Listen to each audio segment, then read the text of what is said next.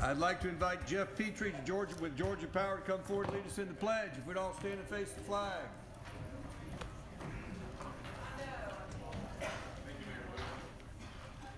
Allegiance to the flag of the United States of America and to the republic for which it stands, one nation, under God, indivisible, with liberty and justice for all. I'd like to invite Morgan Rogers to come forward with an introduction.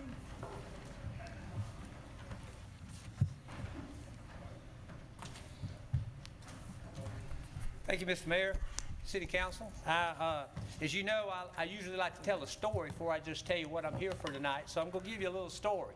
It's about the programs that we do for folks with special needs throughout a community. Historically, we have done programs like our Young Adult Club, where the folks that have special needs live in an environment by themselves, and we do activities for them. We do our therapeutic field day in association with Roswell United Methodist Church, and we have allowed Special Olympics to use our facilities throughout the years. But about a year and a half ago, a group of parents came to us and said, you know, y'all need to do more for kids with special needs. And we said, okay, well, let's sit down and talk about that very thing. So we sat down and talked with them, and we said, they had all these great ideas. We said, okay, if you come with us with one idea, one program idea, we're all in. Whatever that program idea is, we'll figure out a way to do it. They said, okay, let's do soccer. So we did a soccer program for special needs. The program now is almost 18 months old, and it has about 22 participants. The next thing they wanted to do was baseball. So we did baseball the same way. And there was a lady sitting in that meeting. Her name was Jennifer Normally. And Jennifer she heard what I said. I said, if you bring a program idea, we're all in.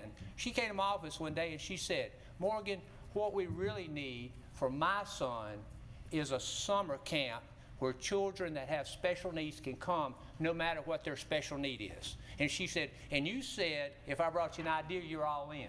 I said, okay, Jennifer, I'm all in. Long story short, we went to Kendra Smith at Roswell North Elementary School and said, Kendra, we need a place to do a special needs camp this summer. And she said, okay, you can use our school. So we went out, we did some fundraising, we talked to a bunch of people like Rotary Club, we talked to Georgia Power, and last year we struggled a little bit with the camp, but we had a great camp anyway. And this year, Georgia Power called us after that and said, hey, do y'all still want some money for y'all's camp? We said, sure. So they're here tonight to be recognized for giving us $2,500 toward our friendship camp that's coming up this summer. Let's have a hand for Georgia Power. Come forward. And because of generous contributions like Georgia Power, this summer we're going to have 7 weeks of camp for any kid that wants to come, no matter what their special needs are. And we're going to be able to offer that to 20 kids for at least 7 weeks coming up this summer. So we're real excited. So I'd like to call to the podium, if they will, the lady that got it all started, Jennifer Normally, if you'd come up. And then we have representing Georgia Power that gave us the money is Jeff Petrie. We have, who is the area manager. We have J.D. Wilson, who is the 2015 president of the North Georgia Power Citizens. And then we also have Lisa Baldwin, who is with the Georgia Power Company. If y'all would come on up, and please accept our thanks. And I know the council would love to hear from you. Jennifer? Well, Mayor, Council, thank you so much for having me, and thank you so much for supporting Morgan in this program. I am so very thankful because 2 years ago there was no program for my son, and now for 7 weeks during this summer we have a program that has structured fun for him, and so I am so thankful. And I'm also very thankful for Georgia Power for supporting us in this effort. Thank you. Thank you.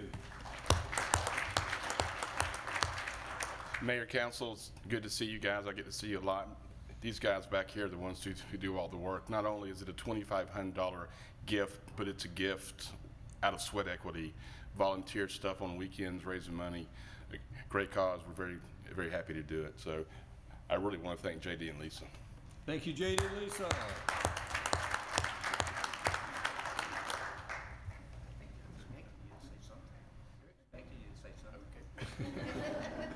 Mayor and Council, thank you guys for the opportunity to be in front of you today. Thank you, Jennifer, for all the hard work, and of course for Morgan. Friendship Camp is definitely something that we support. Happy to be able to give that support in a monetary donation, but most of all, happy to be a citizen where we serve and help out the city of Roswell in any way we can. Thank you. Thank you. I understand Councilman Orange would like to get his photograph taken with you, and if he comes down, the rest of the council is certainly going to join. So if you'll come forward.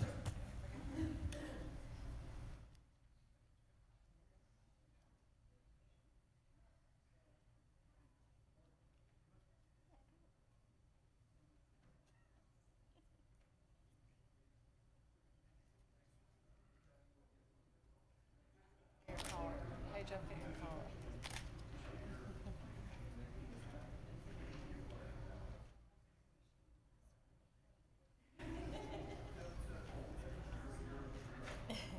Okay, everyone will look this way. We're gonna take a few. Smile, another, and one more. Thank you.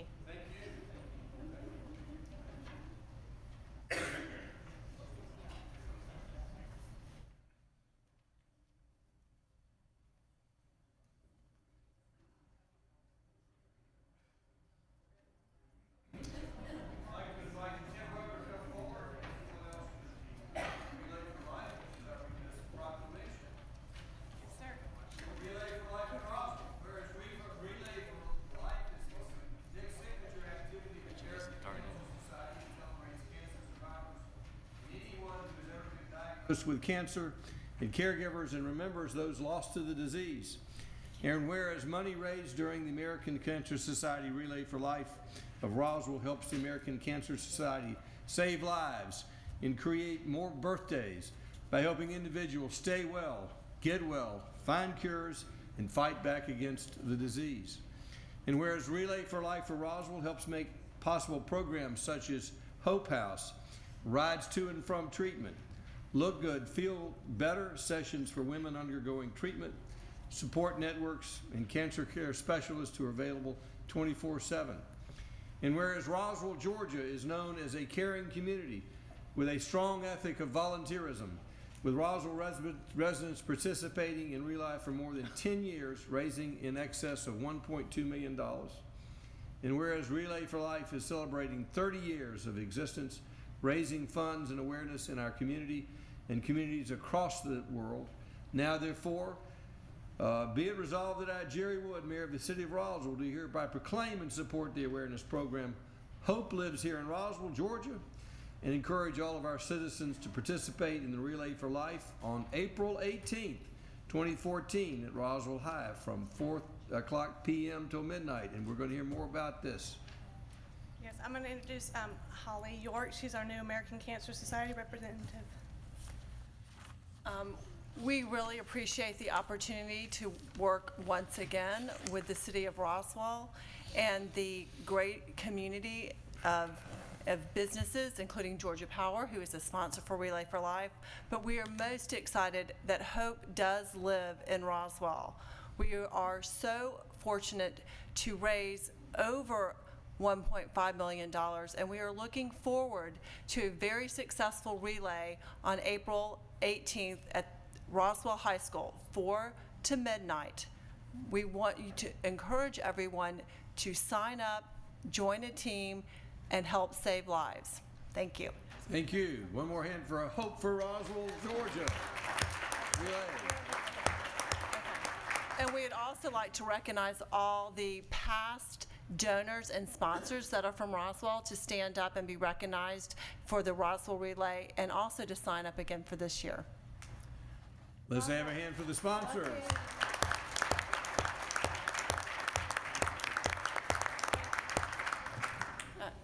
Thank you. And that gets through the fun part of our meeting. So from here, it's downhill. So we do have a motion to approve the consent agenda. Motion by Councilman Orleans. Is there a second? Second by Councilmember Diamond. Any questions or comments from the floor regarding the consent agenda? All in favor? Yes, Councilmember Price. I just would like to extract item number 2, please. Restriping Elizabeth Way, we'll pull that off. Any other changes from the council? That was we voting on the minutes. Well, item number 3 too, please. Item number 3 will come off. So we're just voting on the minutes for the February 9th meeting. All in favor of approving the minutes for the February 9th meeting, raise their hand. That's approved unanimously. The two-way street will move to transportation along with North Roswell Elementary. We'll put it at the foot of those two calendars. And next on the agenda, we have Admin Finance Department. Councilmember Kent Eigelhart, liaison. Thank you, Mr. Mayor. Our only item is the approval of a resolution to reallocate the Housing Authority of City of Roswell's program year 2013 CDBG funds and 2013-2014 Home Investment Partnership Program funds in the amount of $277,587. Thank you, Mr. Councilmember Fisher. Eigelhart. This is an item where we have had this commitment for a while. It started back when the Housing Authority put in for the low-income housing tax credits. It went through a couple of application processes to get to where it is today, and it was finally approved. So with that 177,587 has always been the same number for the CDBG plus those two home grant award funding that we have. So this is to reallocate that money now that the application has been approved to the Roswell Housing Authority. They will be using it to do some refurbishment, rehabilitation on some of their housing units because part of their commitment to the veranda at Groveway, which is what all of this dealt with for the tax credits, their commitment was for a cash contribution as part of the construction.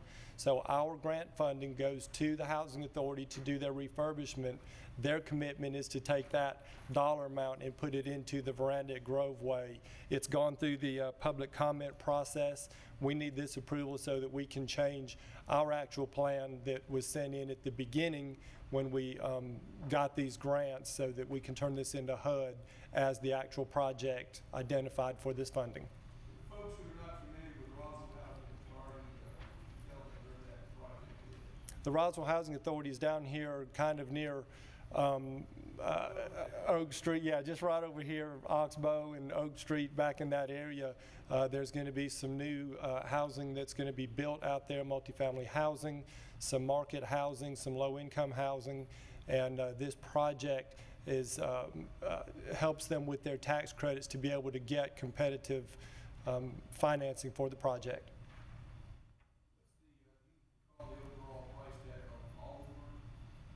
Do you remember what the total was, Charles? I don't know that. It's in the offhand. range of $10 million. I think it was 10 to 13 million, somewhere around there for So the it's entire a project. substantial project to rebuild the whole project and Absolutely. with senior housing and market rate housing and additional workforce housing. That's correct. Does the council have any questions? Councilmember Price. Do we see an accounting for that, or is that just basically a grant gift? No, actually, the way this will work out, this is just a grant, just like we would do with any other CDBG. Obviously, there's reporting that comes back to us, so we do have the accounting of the actual grant dollars because we have to turn that in for reporting, but it's based, this way we can just do one grant award to them for, well, two for home and one for CDBG, and they can use it because they're a qualifying recipient for those dollars. For the folks who don't understand CDBG, this is a federal grant that we allocate. So Community it's not- Development Block it's Grant, not correct. Roswell property tax, it's federal tax. It's being directed by the city of Roswell for a project in the city. That is correct. Other questions? Do we have a motion? Move to approve. Motion to approve by Councilmember Eigelhart. Is there a second? Second by Councilmember DePolito. Does anyone in the audience have any questions or comments? Any further discussion by council? All in favor of the motion, raise their hands. Passes unanimously. Thank you. At this time, we'll call upon liaison, the Community Development Department, Councilmember Becky Wentz. Good to have her back at City Hall. Thank you, Mr. Mayor. The first one on our agenda tonight is RZ 2014-04868. and I'm not going to read it all with the concurrent variance, 9050 Fouts Road, because they are asking for a deferral. Mr. Townsend? That is correct, Councilmember Wynn. The 9055 Fouts Road is requesting a deferral. They have been deferred at the Planning Commission review. They will be at their meeting on March 17th, and they're asking for a deferral to the April 13th, 2015 Mayor and Council meeting. Do we have anyone here tonight who has come in the audience who's come down to hear this issue? Do we have a motion to defer? Yes, Mr. Mayor, I'd like to motion to defer this item on 9050 Fouts Road until April 13th. April 13th, Mayor and Council meeting. A motion to defer till April 13th by Councilmember Wynn. Is there a second? Second by Councilmember Diamond. Any further discussion? Councilmember Price. Is there an opportunity for anyone who's here to speak regarding this issue? Well, I asked if it was anybody to hear that was on this subject, didn't hear any hands raised, but I will ask it a second time. Is there anyone here to be heard on this matter? Seeing no hands up, I'll assume that if you're here, you don't want to be recognized. So we have a motion and a second. Any further discussion? All in favor of the motion, raise their hands. Passes unanimously. Thank you, Mr. Mayor. The next one on ComDev is RZ 201404021, 9600 Nesbitt Ferry Road, the Providence Group LLC. This item was deferred at the January 12th and February 9th Mayor and Council meeting. Mr. Townsend. Thank you. This is a request for a site plan amendment / change to conditions to an approved rezoning in 2007. As mentioned, this was deferred from the January as well as the February meeting. This is the location of the property. It is a current zoning of RS12. This is an aerial of the property showing the existing undeveloped land with an existing home and lake on the property. It is surrounded by single-family homes. This is the existing zoning of the RS12 location. They are requesting amendments to the approved plan. They are proposing a plan that contains 68 lots as approved on the original zoning condition for additional entrance gates and amenities for that development. This is a preliminary site plan received by staff. It includes 2 areas that have been discussed and completely discussed, and we'll probably have further discussion this evening related to access to Creek Terrace location. As you can see on the top, this is dealing with the resolution that was passed out this afternoon that should be in front of you. The area of discussion deals with condition number 4 with the connection. Condition number 5 deals with the right turn lane at the entrance to the development. Condition number 6 deals with a connection to Scott Road. I provide these graphics as a representation of what is being proposed for this type of development to take place. And I'm actually going to go through condition by condition so you're aware of what's going on. Condition number 1 deals with the revised site plan to include all conditions. Condition number 2 deals with the plan received February 25th. Condition number 3 deals with the entry of the subdivision may be gated at the owner-developer option.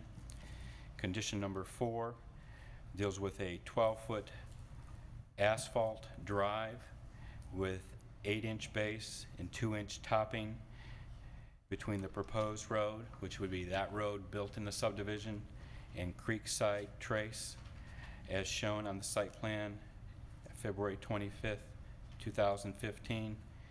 We struck through the part dealing with the 42-foot dedication. Condition number 5 deals with the owner-developer installing the right turn lane at Nesbitt Lakes Drive. Condition number 6 is the owner-developer contribute the sum of $37,500 toward the installation of a traffic signal at Nesbit Lakes Drive and Nesbit Ferry Road prior to the issuance of a land disturbance permit. We struck through the wording that if it isn't constructed in 36 months, that they get it back.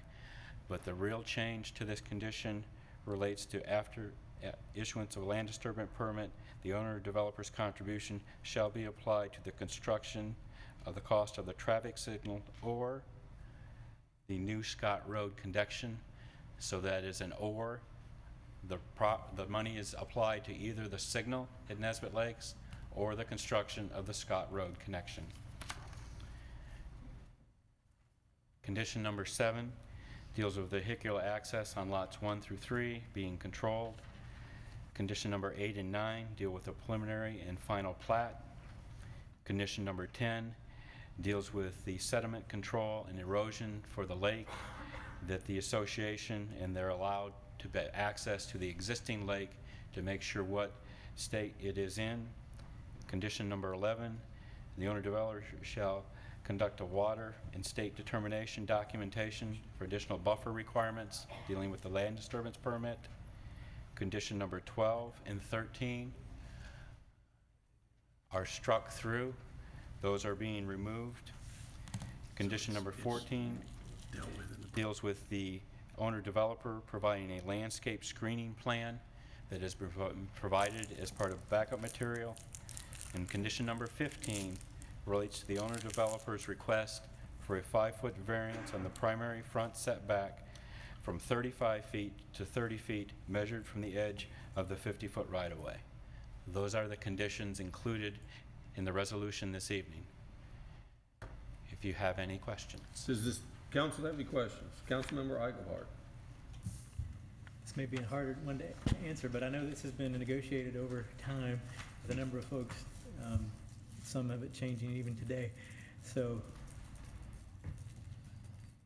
I guess the question is everyone on board? This has been signed by the HOA board, or who are the ones that actually approved the negotiation from the homeowner side? I'll let the HOA board as Okay. well as the applicant speak to those specifics between theirs.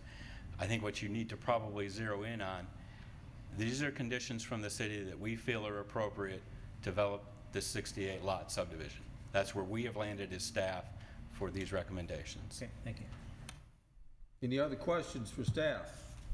Councilmember Price. Just to clarify, please, the Creekside Trace then, is that for full vehicular access? No, What is it? it's a pathway. It's a pathway. It's identified as an asphalt drive. And what's the 12 feet difference wide. in that and an emergency access? Simple answer related to emergency access is that the access, it's going to be constructed so if in instance, let me go to a particular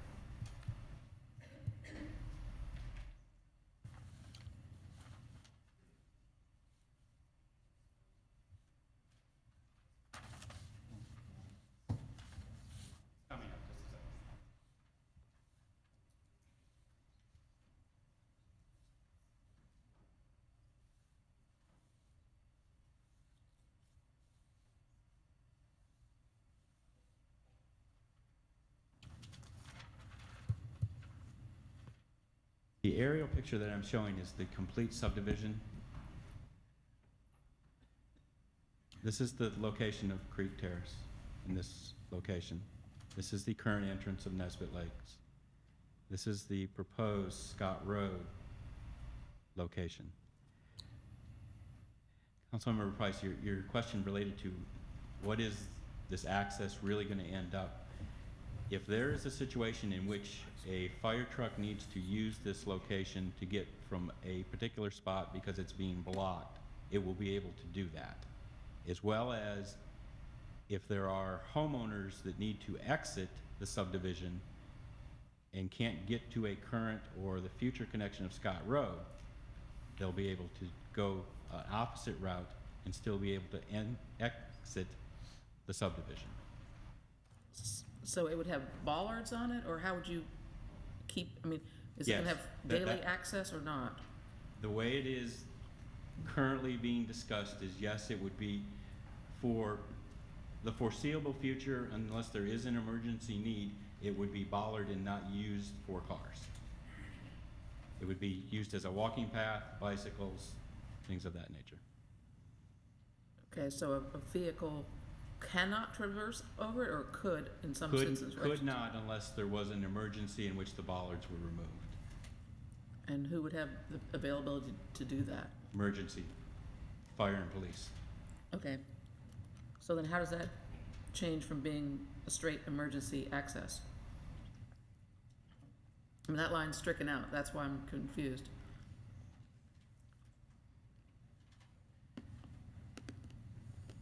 I think I'll let the applicant speak to why their request to distract. Make everybody happy. It's just, it's kind of come up suddenly, we're sort of taken aback, I don't, Right. you know. Okay. Councilmember Wynn. Mr. Mayor, I think really what it is so, what I was hearing from the Nesbit Lakes is that they would like to use it for pedestrian and bicycles, and if there was a way that, if there was an emergency, to have some cars removed, and so that kind of negated the definition of emergency entry way. So that's how come we decided to call it an asphalt drive. Correct. To give it more of a multi-purpose use than just for emergency vehicles. Councilmember Orleans. Brad, I just might suggest a wording on condition 6. Just to clarify, the second sentence kind of covers what it can be used for, the 37.5. And the first sentence, I think you need to take out from the words toward up to Nesbit Ferry Road, so that it reads, contribute to sum of 37.5 prior to issuance of a land disturbance permit, and then clarify in the second sentence, I believe, might work better.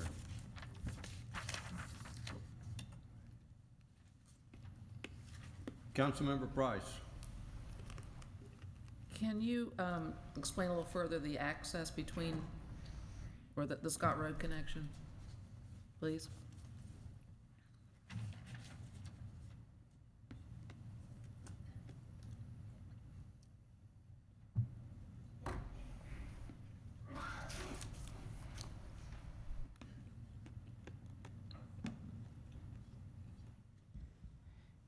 In this location, in the current subdivision of Nesbit Lakes, this piece of property is under ownership by the Homeowners Association.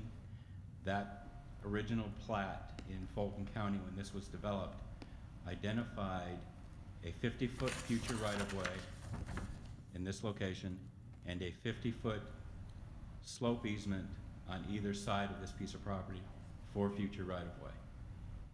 The property from about this bend in the road here in location is all under the current ownership of the Fulton County School Board. So we would have to negotiate with them for this location of right-of-way for that.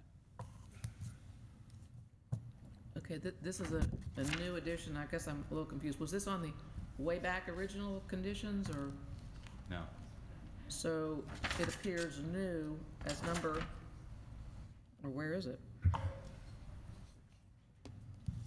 Well, but that doesn't describe it, that just describes the sum of money to be contributed. It was number 13.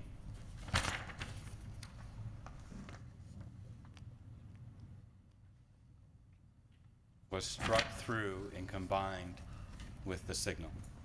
Okay, so it was an addition and now a modification of a Right. heretofore not added condition. Correct. Okay, all right, thank you. Other questions? Councilmember DiPolito. Thank you, Mr. Mayor. Mr. Townsend, on item number 4, it references the site plan dated February 25th. There is, on my site plan dated February 25th, there has a pedestrian path that doesn't have the emergency path. That's why it's referenced as a condition. But it says as shown on the site plan dated February 25th, so. Right, identifying its location. Okay, so it's really on the location. Right. Shown on the site, well, it doesn't really even reference the road, so we probably just need to clean up the language of that. Okay.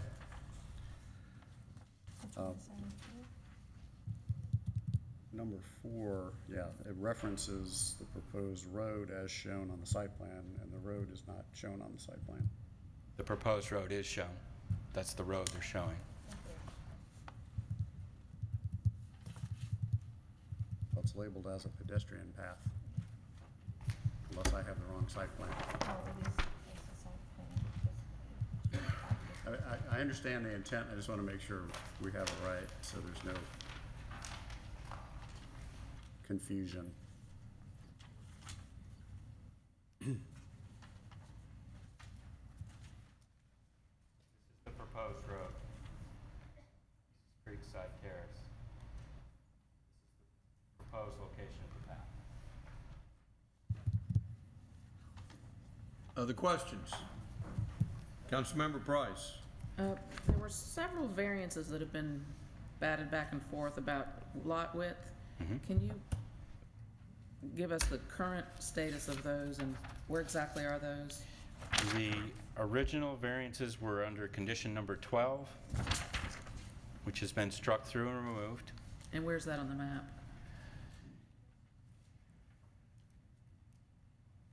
Lots 47, I believe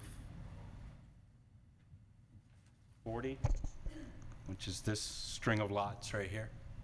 Okay, so that variance was because of the narrow road frontage?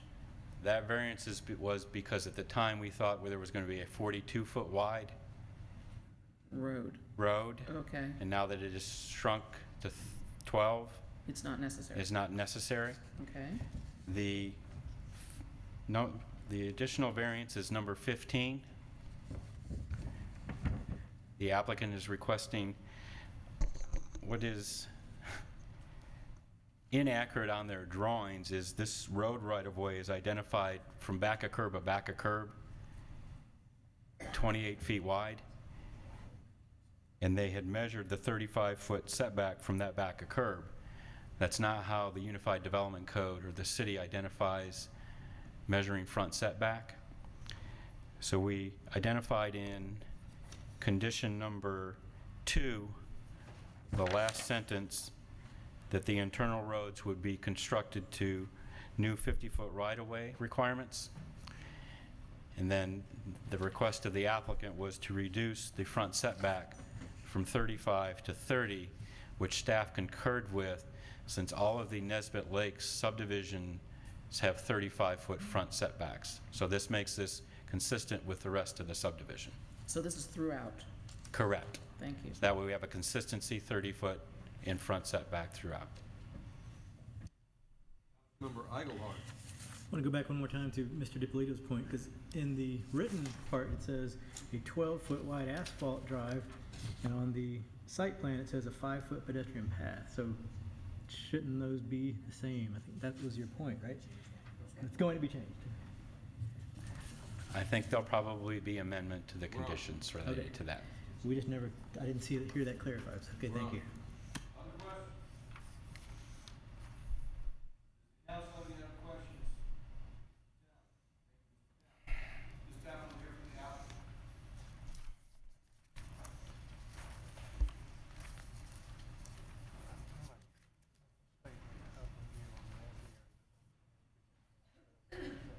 That's fine. Mayor Wood, members of the council, I'm Don Rollator, 1865 Lockaway Drive, Suite 601, Alpharetta, Georgia. I'm happy to be here tonight on behalf of the Providence Group, and I'm really happy to be here tonight on behalf of the Providence Group, the Nesbitt Lakes Homeowners Association, the staff, and the Transportation Department of this city. My statements to you will be very simple tonight, pending other response from other people. This resolution that Brad has presented to you that was printed this afternoon is a result of an awful lot of meetings and an awful lot of conversations. The best news about it is that it represents a plan that is approved by the Nesbitt Lakes Homeowners Association, is approved by the developer, Providence Group, and is acceptable to the staff and to the Transportation Department. So in short words, with your blessings, we will bring this 9-month process to a culmination tonight.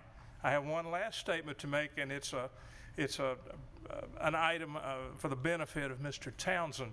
We have agreed with the Homeowners Association that we will become a part of Nesbit Lakes, and we will be a part of their association, and we will pay homeowners' dues like everybody else. Because of that, there are certain areas on our plan that right now show as amenities. Those won't be amenities anymore. We're all going to share the same amenities. The other short statement in here is, I can tell you that our option will be to not gate the road because we're now part of Nesbit Lakes. So if you have any questions, please advise me, but what I would tell you is, if you approve this resolution as it is drafted, the HOA, the developer, the staff, and the transportation department, I believe I can say, are happy, and we will go forward from here and proceed and develop the subdivision. Does the council have any questions for the applicant? Councilmember DiPolito. Thank you.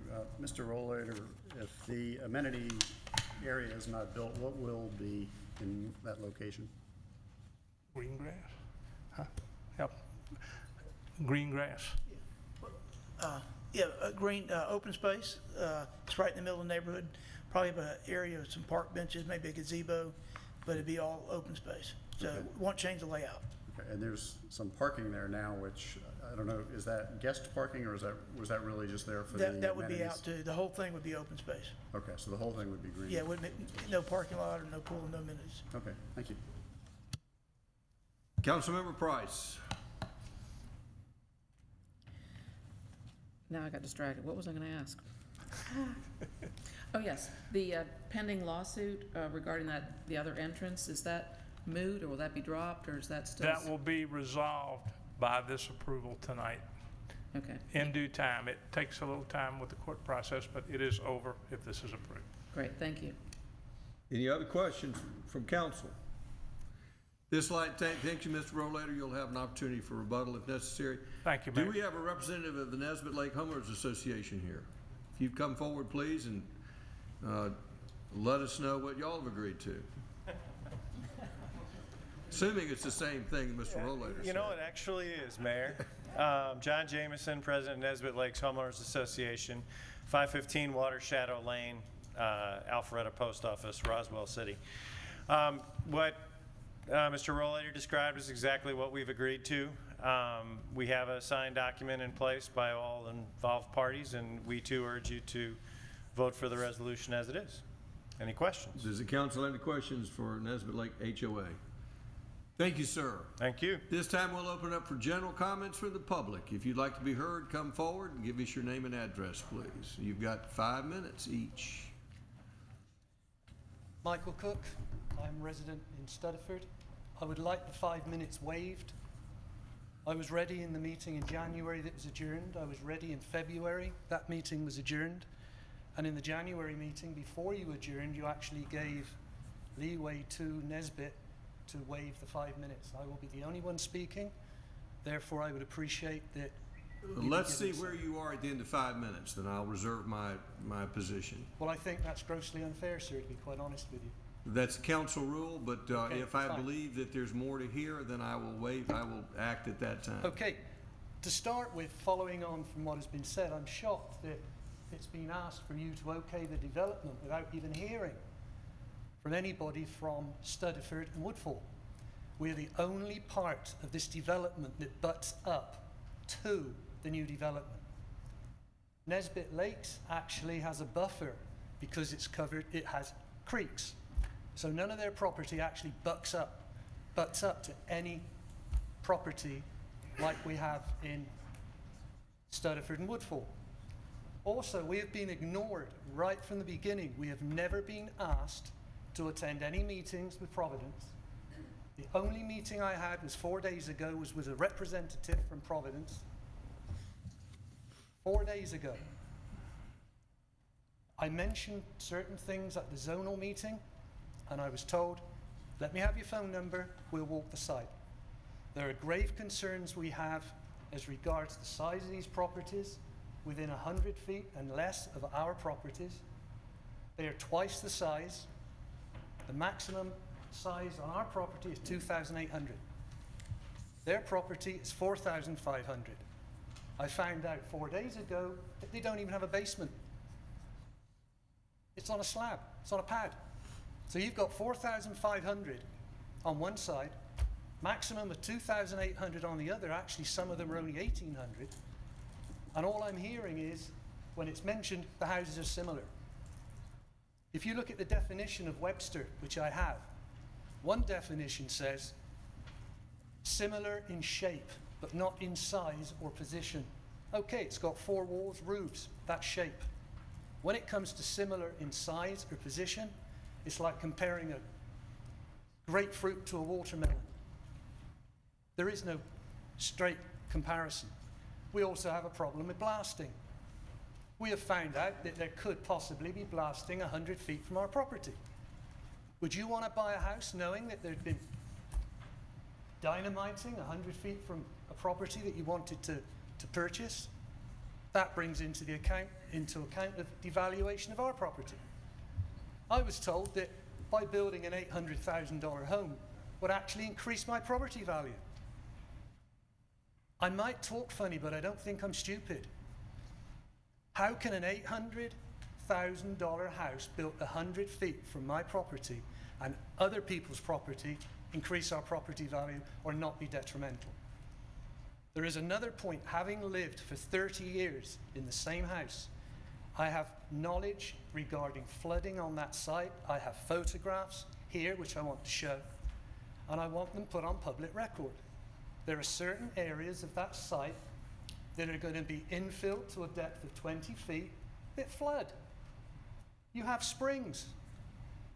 I have pictures, I have photographs, and this happened as recently as January. And without the city or the developer hearing about it, I think would be a travesty. Because nobody knows down the road what will happen. I've actually documented photographs, and I have copies for you. And I'd like actually to hand them over and show them to you. You can hand those, Mr. Townsend, if you wish.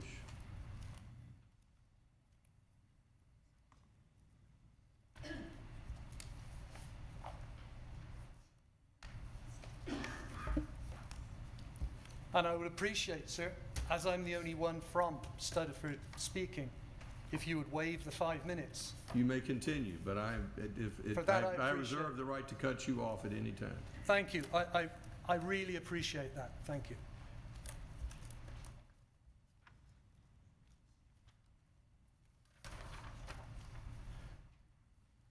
The area we're talking about is this top right-hand corner here. This is the only area that you can actually see where we do in fact butt up to the development. When I said houses are close, I'm not sure if you can see that, but the pink ribbons are actually the boundary line. That is close. That's someone's deck. That property line, we have asked and asked, how close will the houses be? How large will they be? I still haven't had an answer as to how big these houses are as regards the footing, the depth, the width. We don't know how long. Here's where we are in this process. Yes, sir. As I understand it, this property is currently zoned for the use that's been applied for. They're meeting all of the existing city setbacks. So the city does not have the discretion to increase those setbacks from what the current law applies. So nor does the city have the discretion to change the size of the building.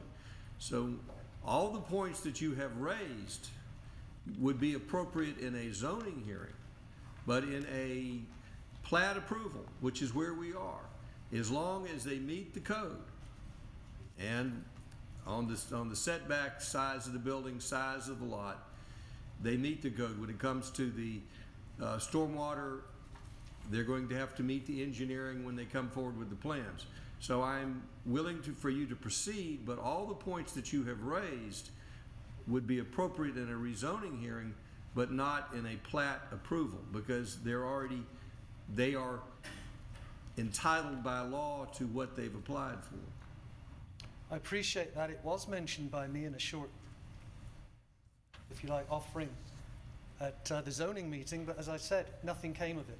Well, So I feel as though and we have found out things, we have been told things, sir, that blasting was done around Centennial and no damage to property happened. We were told by someone else from Providence that no blasting was ever done around Centennial. We have been told that the road that we're talking about, the continuation of the road on the property, is rock. We would like the city to safeguard us as regards damage, to make sure that if it is rock and it has to be blasted, that we will not suffer long-term problems with our homes. the city will make sure that they comply with all of the local, state, and federal laws, but the city's not in a position to indemnify homeowners. Okay. So what are you suggesting, sir, that we contact Providence again to talk about things so it can be before it actually is given the okay?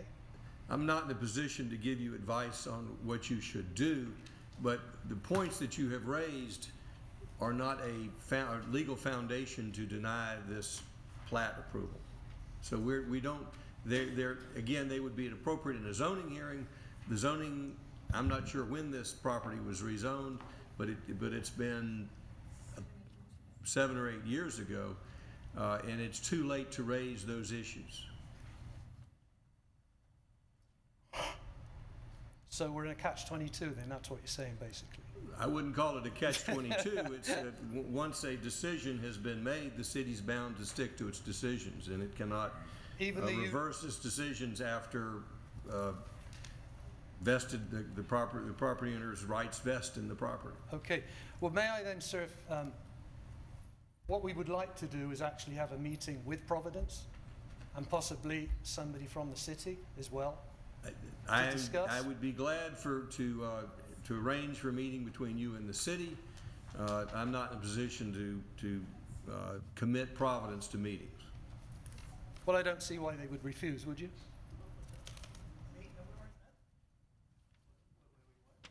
I've said we would like to have a meeting with somebody from the city and yourselves present. If y'all will exchange contact information, I would appreciate the opportunity for all sides to be heard to avoid future litigation. Okay. One thing, sir, that I feel I have to mention, I did mention the flooding. This has nothing to do with zoning.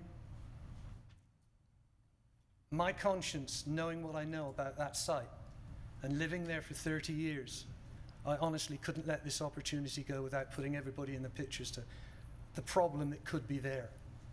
The area I'm talking about here is, again, this top right-hand corner. This is the lowest part. It's like a saucer. Water comes in, where you can see from the arrows, it comes off-site as well as on-site. The arrows to the right is water that comes in from Nesbitt Ferry Road and the property there. The arrows on the top, that's Woodfall. There is also a diagonal arrow there because I believe also water comes from the Mount Pisgah parking lot. Now, when I say how much water, I will skip, as you gave me additional time.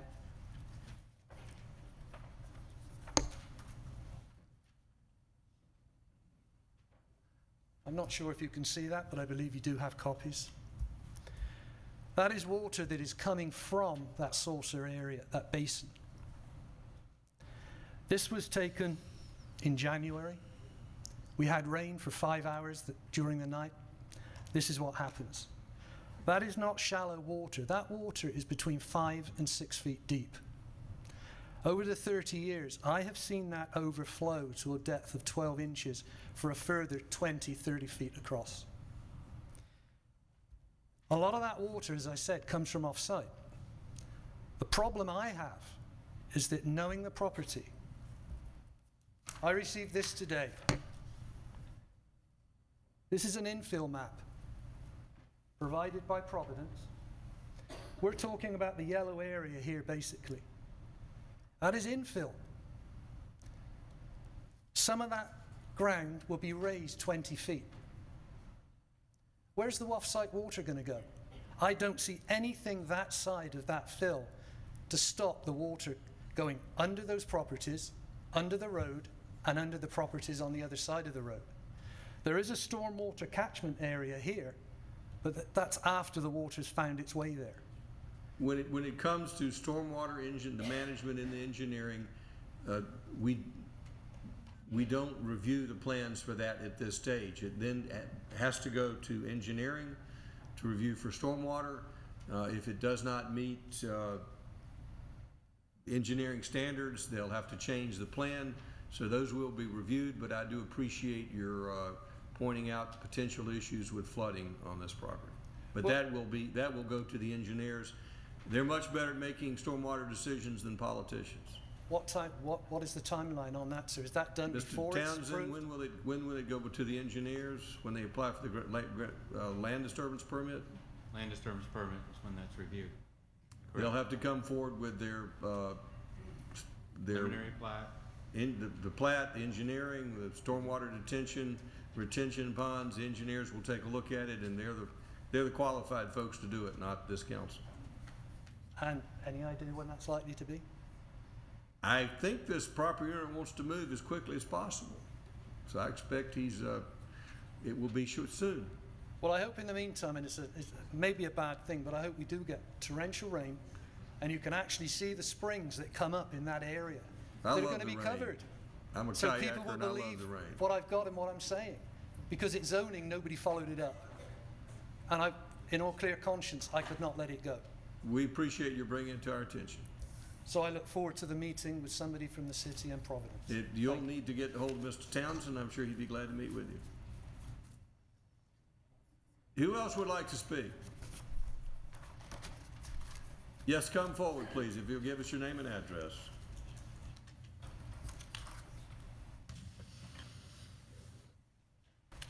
Sorry. My name is Betty Douglas, and I live at 2700 Shandon Place. And I want to say that I'm not here to delay anything, and I'm not here to stop the builder in any way.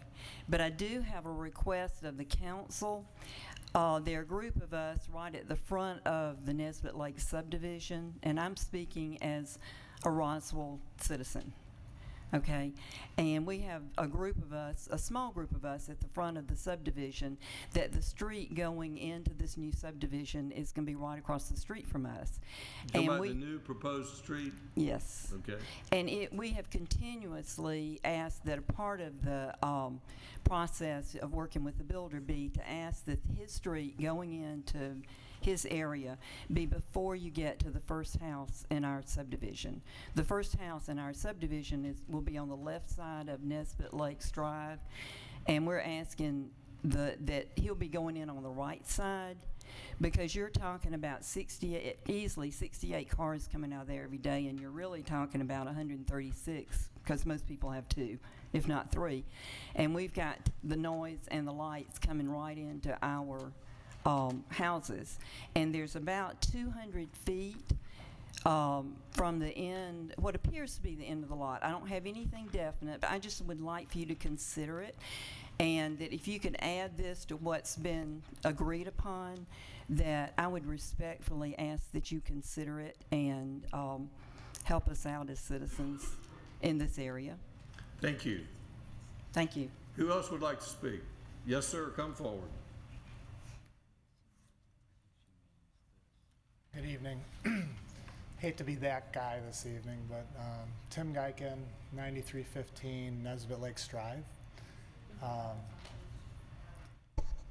My name is Tim Geiken. I live at 9315 Nesbitt Lakes Drive. If you think back to the photo of the quote proposed Scott Road connector, 90% of my living space would face directly towards what we are calling the proposed connector. And yeah, I'm not sure of all of the rules of process, but I'm asking for some consideration in a couple of areas. First off, when we went into the process of discussing this development and the agreement with the developer, nobody in the neighborhood had any idea of a proposed road to connect Scott Road with Nesbitt Lakes Road. And now what we're seeing is that there's money dedicated to a solution that's had no study, has had no posted notice, and the neighborhood has a fair amount of questions around the benefit. I had a conversation with Just before we go on, I don't want to interrupt, but I think you may have misunderstood the city's condition. The condition is that it either be spent for a light at the existing intersection. Correct. Or at this proposed road. The proposed road has not been approved by this council. It is under consideration. Correct. But there would be more hearings and there would be a council, there'll be another opportunity to be heard on that if that goes forward. At this time, we don't have an agreement with Fulton County. We don't have funding, but it is under consideration. Decision hasn't been made. So when you said money committed, it's committed either or. So if it can be spent on either of those projects or on both. So as far as hearings on this, there will be an opportunity for more. There will be not just the opportunity, there will be hearings on whether this road goes in or not. So if I could understood, and that takes me to the point that I would like to make. In the conversation that I had with staff, they were very clear that the road was the priority. In fact, quote, they would not allow a house to be built until the road got put in. Transportation has its priorities. The council makes the Understood. final decision. So with that in mind, what I am asking is, with the money being dedicated to a solution that has not had study, has not had any activity around it, with a timeline committed that it's either used or lost towards the stoplight in the road, are you imposing barriers within the conditional zoning now that is going to drive activity toward the road? And if there's bias for the road already with money committed and a deadline to get it done, what does that do to the process going forward? If we could pull up the condition that he's, Brad. I'm just trying to get clarification on Understood. what the condition is.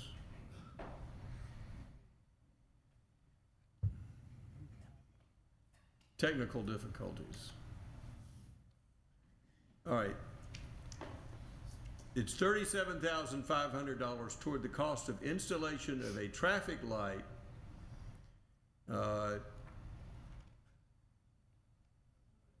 right, so Councilmember Wynn, you want to give us the current wording? Yes. Because I'm sorry for pulling up, this isn't correct. Yes, Mr. Mayor. No, yes, Mr. Mayor, we are looking at a new wording, and which we'll have to bring forward. What we're looking at saying is owner developer shall contribute the sum of $37,500 toward the issuance of prior to the land disturbance permit. After the issuance of the LDP, the owner developer contribution shall be applied to the construction cost of the traffic signal or the Scott Road. So they're going to give us $37,500 There's no timeline and no sunset. and no decision on which project. Correct. But if we do the light or Scott Road or both, there will be public hearings for both of those construction. Understood. I still am struggling with how the road got introduced into the agreement. Our transportation blue. department is always looking for connections to reduce the mileage that you travel on the roads. And we have charged them, look for connections. When you see the possibility of a connection, bring it to this council. The ultimate decision is not transportation's, it's this council. But as far as transportation, they're just doing their job. We have charged them, look for connections. So I would offer this as, and then I'll stop. I understand you're opposed, and we appreciate that. Well, I'm not the only one. And I would be surprised if you were. As a resident, we conceded things in a vote for an agreement with the developer. We didn't concede money towards a road, or if we did, we weren't aware that we were conceding that. So there is a financial benefit to the city as a part of an agreement that the neighborhood supported without their knowledge. They were aware of the traffic light, it was part of the conversation, the road was not. So that's a problem with the process. And the neighborhood didn't introduce the road. I understand why it's there. I mean, there's a whole nother discussion for whether we agree if it's a connection issue, et cetera. But I would ask you to consider that. Thank you, sir. Appreciate it. Thank you. Who'd like to speak next? Does anyone else wish to speak? Public hearing's closed. Mr. Rollator, anything you wish to add?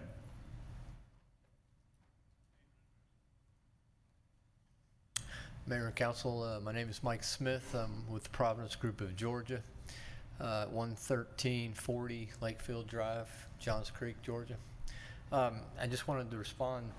I had met with Mr. Cook over a week ago, actually, and walked the site with a couple of the neighbors. Discussed, I actually brought a contractor that would be part of the blasting if there was any rock to be blasted. If we get to the point we determine we need to do any blast work. Went over that so they were more comfortable on how that would be done, if it would be done. I have actually provided those folks with more engineering on a site at this point in time than I've probably have other folks in the past, not having a fully engineered site, to give them some kind of feeling for how far the backs of our homes would be off the property line with respect to relationship to their homes. Also talked about, as we move forward, build those homes, what we can do in terms of buffering, explain that we would like the same thing they would like in terms of our buyer is going to be looking for the same type of quality of life in terms of privacy and so forth. Unfortunately, a lot of their homes are built 25 feet or so off the property line. We're going to be 70, 80 feet off the property line. So we're doing everything we can do to work with them. And at this point in time, I've provided them all information that I have available to me until we get to a point where we're going for a land disturbance permit, which I have explained that we'll be more than happy to get back with them and discuss further. Thank you for volunteering to meet with the representatives of Stutterford. Thank you. Mr. Mayor and Council, Warren Jolly, the Providence Group, 11340 Lakefield Drive, Johns Creek, Georgia. We've been in this business for a while, and we've never been in such a complicated zoning, and we want to thank the staff and Transportation Department, along with Nesbitt Lakes Board, John Jameson, and Ray Wright and the board, because everybody's put a lot of time. A lot of the council members have put a lot of time in this. And the homeowner that spoke about the road, we found out this morning that there was already a given right-of-way to Fulton County for a road to go there. So this thing's been an ever-changing process. I don't think anybody's tried to hide anything from anybody, but this has been a very complicated agreement with the neighbors, and I think we're all have a great plan, and I think it's going to be a great project, and we appreciate your support. Mr. Jolly, thank you for your patience, and thank you for negotiating a settlement. It's much better to reach a settlement between the parties than to have this council struggle with a very difficult situation. I'm certain that y'all have come up with a better solution than we could have, acting alone. Does the council have any questions, last questions for the applicant? Councilmember Price.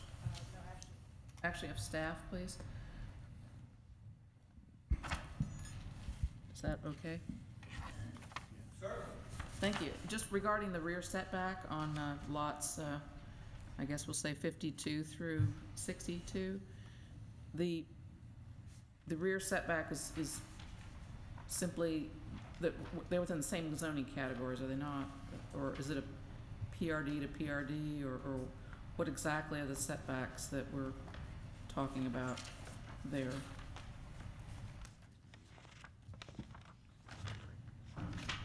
And I guess I was a little surprised that one of the pictures shows that deck almost to the property line. Is that allowed? The deck is probably an encroachment on the Stutterford owner.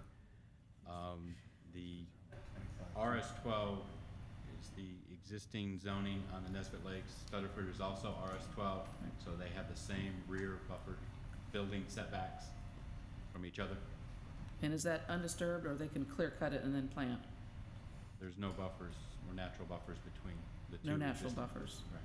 They could clear cut it and replant it if they wanted to. Or not. Or not, or Right. leave it. In most cases, depending on, since we gave relief on the front setback from 35 to 30, they're gonna try and keep the homes, you know, as close to, for the driveways to be as short as possible, and they can give as much backyard for those locations as they can. And the plan as the developer would be to most likely clear cut all the way to the property line, or would there be any consideration given to that? Answer on that, so we won't have to speculate. This project, you know, what we're planning to build are very expensive homes. It benefits our homes that we sell to have as many trees also. The property does have a lot of rolling topography, but our plans are not to clear cut it. And we would, like I said, we're gonna have 70 foot of backyard on our lots. Why would we clear it unless we need to grade it just to build a home? Other than that, we would like to leave it natural as much as possible. We'd be more than happy to meet with the neighbors again and talk about maybe putting a privacy fence. But like I said, we're a lot more generous off where we're setting than where their homes are. So. Thank you, sir. Thank you. Any other questions or comments from council before we entertain a motion? Councilmember Eichelhardt. Question to staff again on number 6, not to kill it, but does it have to be specific to either the light or a road or something? Could it be towards project-specific transportation improvements in terms of what that money goes for, or does it have to be specific to a thing or A or B? I think they wanted it specific to this project, not to be spent on the other side Well, of town. of course it has to be specific to the project. I get that, but I guess my concern is that, you know, Those are the only two projects we're anticipating. I get that, but my concern would be that, you know, if we are adding something that people weren't expecting, that, you know, that's a little sideways. But to the other side, I imagine that road is probably fairly expensive in terms of both property acquisition, even if it's got a right of way, and the construction. So 37.5 is really not going to make any difference ultimately. Councilmember Eichelhardt, we don't know which project we're going to proceed with, but if this council chooses to put in a new street, a new connector street, it may be the transportation plan show that that is where the light needs to be, or that no light at all is necessary. So we're not saying there's a bias to putting in the street or not, but until that decision is made, we don't know whether a light is needed. That's what I'm saying, just to make it more general, that a transportation improvement related to this project. I don't know what that wording would be. If you wish to make that amendment, you can ask to amend it, but I understand your position. Because I think it's unlikely that this will lead to that, but it always happens, or sometimes it happens where something that comes along later in the life, you wonder where that came from. So that would be my concern. Any other comments before we entertain a motion? Councilmember Diamond. Councilmember Wynn, you're going to make the motion, so put your hand Yeah, I need a down. question on the motion. Oh, your but go ahead. question first. Well, I just wanted to thank not only all the hours that have gone in this time, but it sounds like it's been going on for 7 or 8 years now, and I know the neighbors are wary of this, and hopefully this will resolve it once and for all, and you won't have to talk about it anymore. You can just go to the pool. I did want to say to Mr. Cook, Roswell has an asset that isn't often spoken about in our stormwater department. Actually, she's in community development right now. The developers will talk about her through smiling clenched teeth, but she is extremely tough, and it is not unusual for neighbors who have had drainage problems and flooding in the past to benefit from a new development under the more restrictive codes, and who I affectionately call our barracuda in that department. So I offer you a hope that that could actually improve with this development. And I didn't get a chance to ask Mr. Jolly, but I'm hopeful that they would make an effort not to have the street come out and shine the light right into the neighbors going in, to Ms. Douglas's point. But I do want to say, as transportation liaison, how this Scott Road thing developed, because this was directly from discussions, hearing the homeowners' concerns about being in a 2-mile cul-de-sac and the safety of it.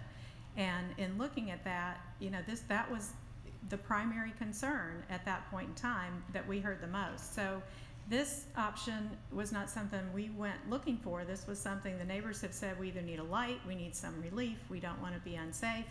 And when we discovered that the original development of this home site contemplated this, and actually has been on the map since the very beginning, that it seemed like an obvious way. Plus, it's about halfway through, so it really does offer more relief than the internal connection that only relieves about the last third of the cul-de-sac. So this is not a city initiative to go ram a road through your neighborhood. This is something that would have to be driven, I think, largely by the neighborhood's interest in it. And from what I can see, it might actually reduce the need for a light. And because the way it's situated, I don't even think you're going to have cut-through traffic over it. But we can talk about that's a discussion for another day, and we'll have plenty of discussion on it if and when that time comes. But I don't want anybody to think we're just looking to make a road in your neighborhood.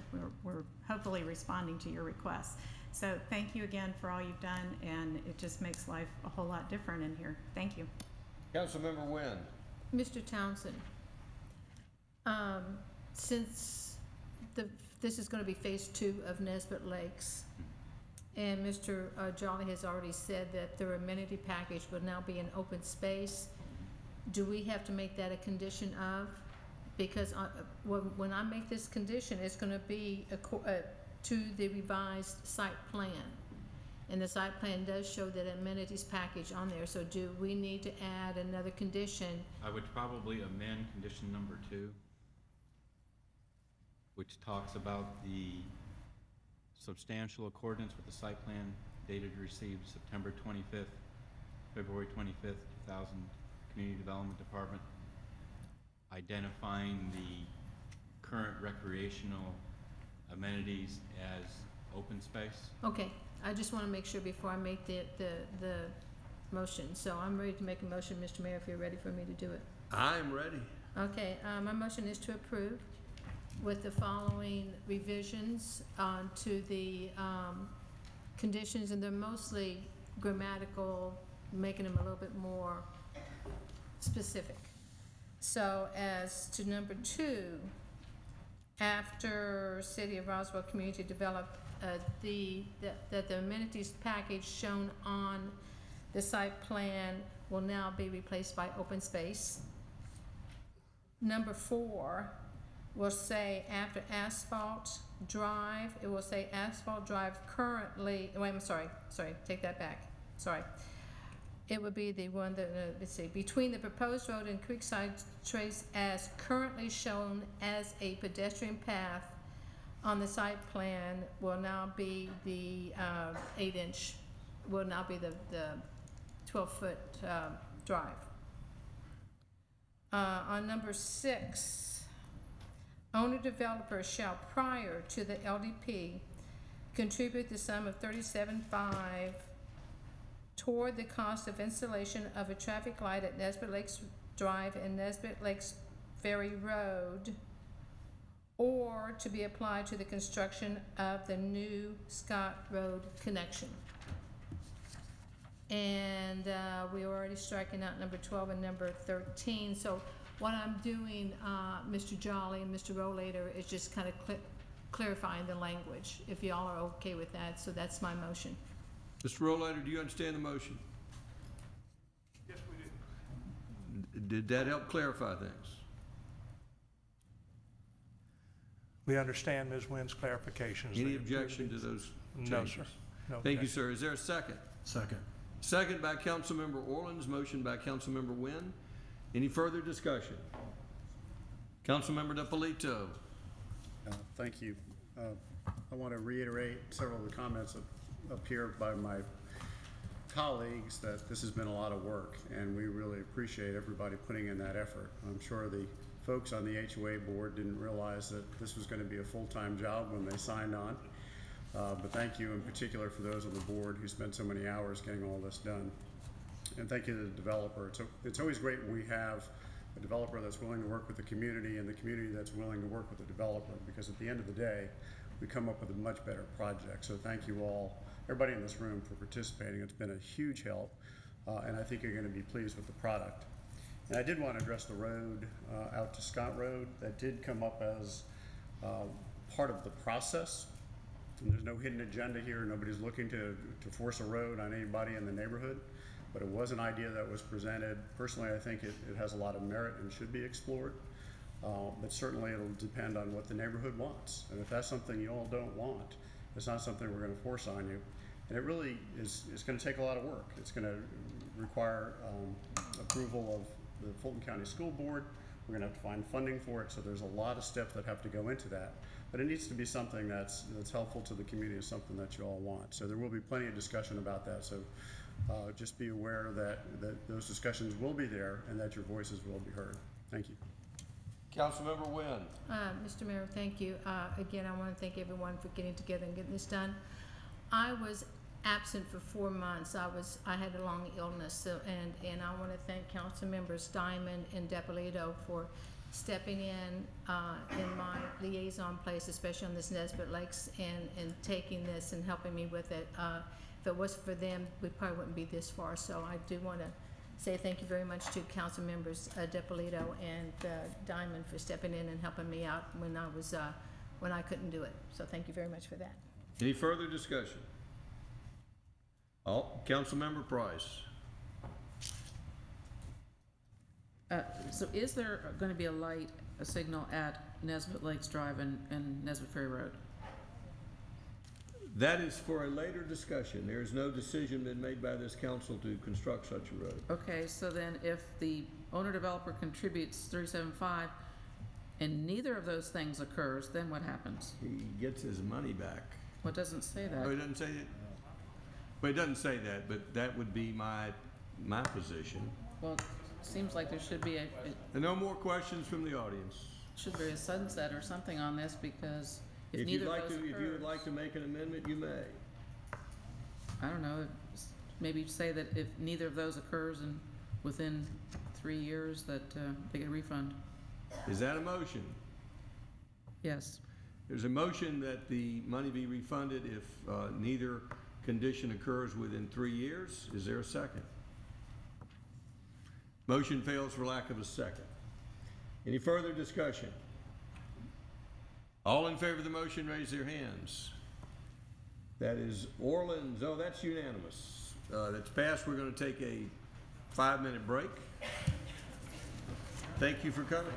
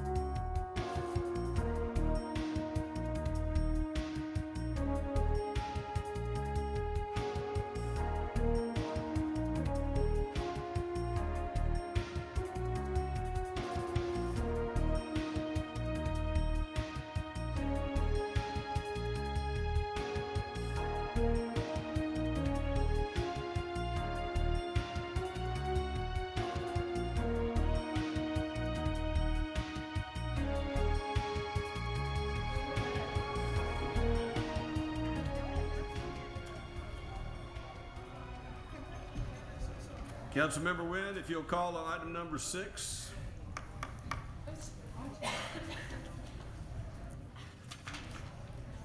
Yes, sir.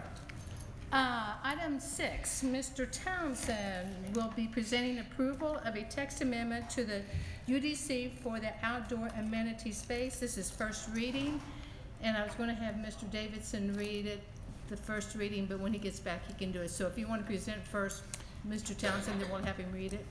Sure. This is a discussion that has been started by Roswell Inc. in conjunction with the outdoor amenity space 20% requirement. Currently in the UDC, the objective is to provide some clarification, as well as some relief dealing with commercial development and redevelopment. As you recall, during some of the work sessions, there were 2 or 3 examples of where development was inhibited or stopped and needed relief from this.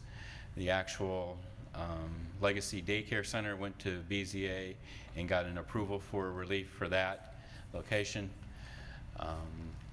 Staff is recommending approval of the outdoor amenity space in the draft ordinance before you. It was reviewed by the Planning Commission. They recommended approval. And actually one of the, I'm going to show you, this is an email I received from Councilmember DiPolito dealing with wording in section 2.2.7B3. Staff finds this wording to be appropriate. It had some clarification where we're dealing with in letter A of that section in removing the word unenclosed. This provides some clarification dealing with how they could outdoor amenity space as part of a common facility and is not enclosed. So staff would recommend approval of this proposed text amendment for the outdoor amenity space. May I have Mr. Davidson please read it, the first reading, please? Thank you. This is an ordinance to amend Article 2, Rules of Interpretation, Article 3, Residential Districts, Article 4, Corridor and Node Districts, Article 5, Downtown Historic Districts, Article 6, Employment Districts of the Unified Development Code, UDC, to provide changes to the definitions of landscape open space and outdoor amenity space, and change the percentage requirements in each of the categories for the building type standard requirements. Now therefore, the Mayor and Council of the City of Roswell, pursuant to their authority, do hereby adopt the following amendment. Article 2, Rules of Interpretation, Section 2.2, Rules applicable to all districts, Section 2.2.6, Common Landscape Open Space, and Section 2.2.7, Outdoor Amenity Space, are amended as follows. Text of which is incorporated herein by reference, and if approved, this will be the first reading. Does the council have any questions? Councilmember Eichelbarger. Thank you, Mr. Mayor. This may be the crux of the whole issue here, but what do we intend, this may be for everybody actually, for open amenity space, because is it for the people who are within a specific development, or is it for anyone? Because if we're trying to, I think one of the concerns was we're going to have a lot more people, a lot closer together, so we want to make sure that there's space for people to gather.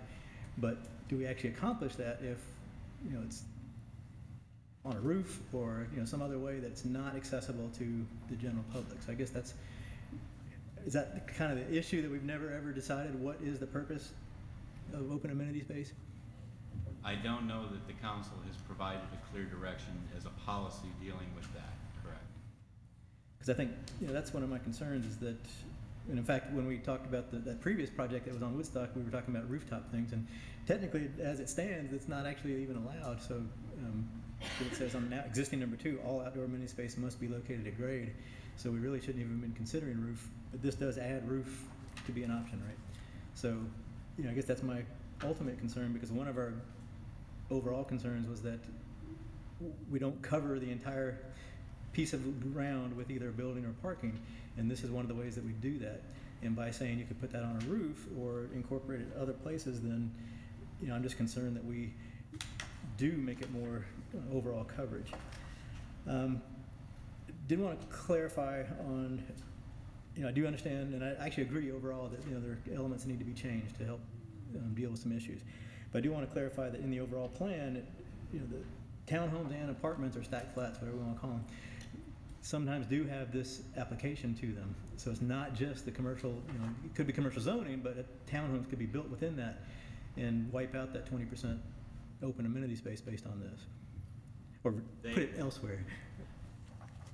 Townhome.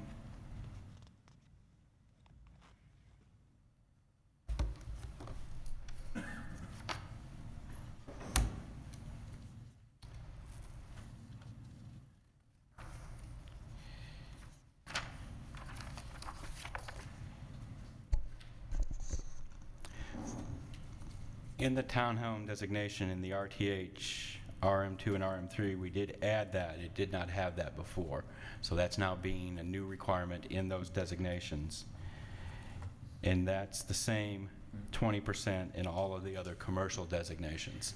We're adding it, but it's also able to be put in places where it couldn't be put before, right? I mean, into a buffer or on a roof or places that, so are we actually gaining anything in doing that?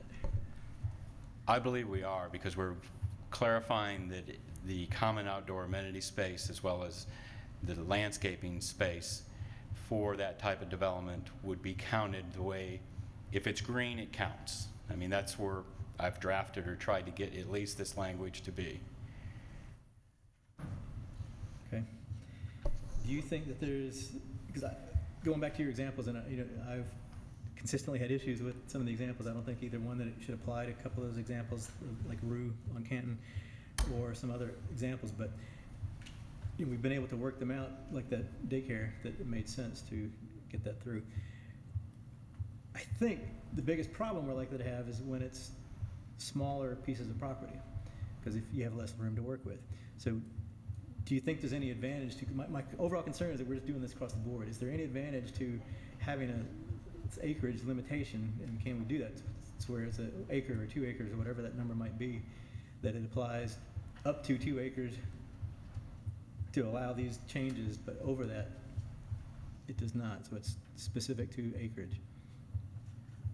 I think it would be hard to quantify development by a development. I mean, that's why a percentage was picked. That way the overall of the development, then you got a percentage of that that's either 10% in landscape open space or 10% in outdoor amenity space. You're still getting 20%, it's just what in the category are they being able to apply that to? I don't know if we're able to, I don't know if you can put a cap on it to say, okay, this will apply to pieces of property over 2 acres of size and not for pieces of property under 2 acres of size. I mean, that's just, I can't imagine how to then,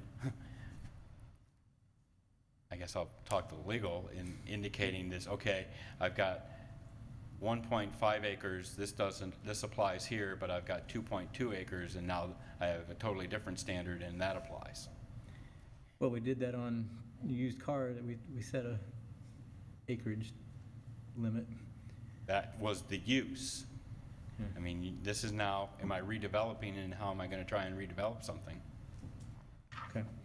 I guess overall, and this may be more comments, so I can hold it if necessary, but there are some specific things we can do that I agree with to make sense, but when we do this across the board, I'm afraid that we open up a lot of areas that we're not really sure about what can happen. And when we take landscaped areas and lakes and water features and neighborhood compatibility buffers that were not previously allowed and make that into something that's allowed, that's a major change that we need to, I think, hold off and get a better idea of how that could impact. So I don't support doing this. The bigger picture, I do support some of the smaller aspects. Councilor Lawrence? Brad, how is this approaching the problems we had in the historic district, like what Rue was trying to do? How is that going to fit into this? That particular instance is not being, this particular ordinance does not allow Rue to do what they were proposing to do. They still have the limitation that they don't have any space because they're 100% built on their piece of property, or what they wanted to do proposed on their piece of property. So that's not how, this ordinance doesn't help them do that. And I know you've got some other things coming through the pipeline. Is any of those going to fit into that No. historic district? So we're still going to have issues there. Correct. And it would either be done by hardship or Something. Or redraft something in this or go to some other ordinance, correct. Okay, thank you.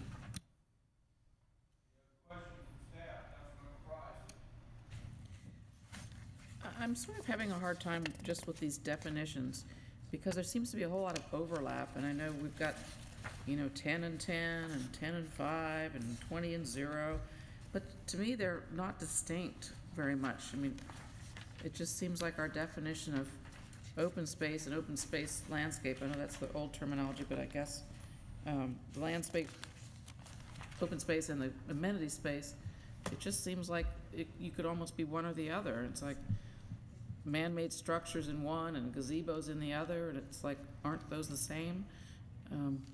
I can't conceive in my mind that these are distinctly different, and that we're not just opening up a can of worms when everybody and his brother's going to have to say, well, I'd really like to have that 5% in this other category if it doesn't sit well with somebody.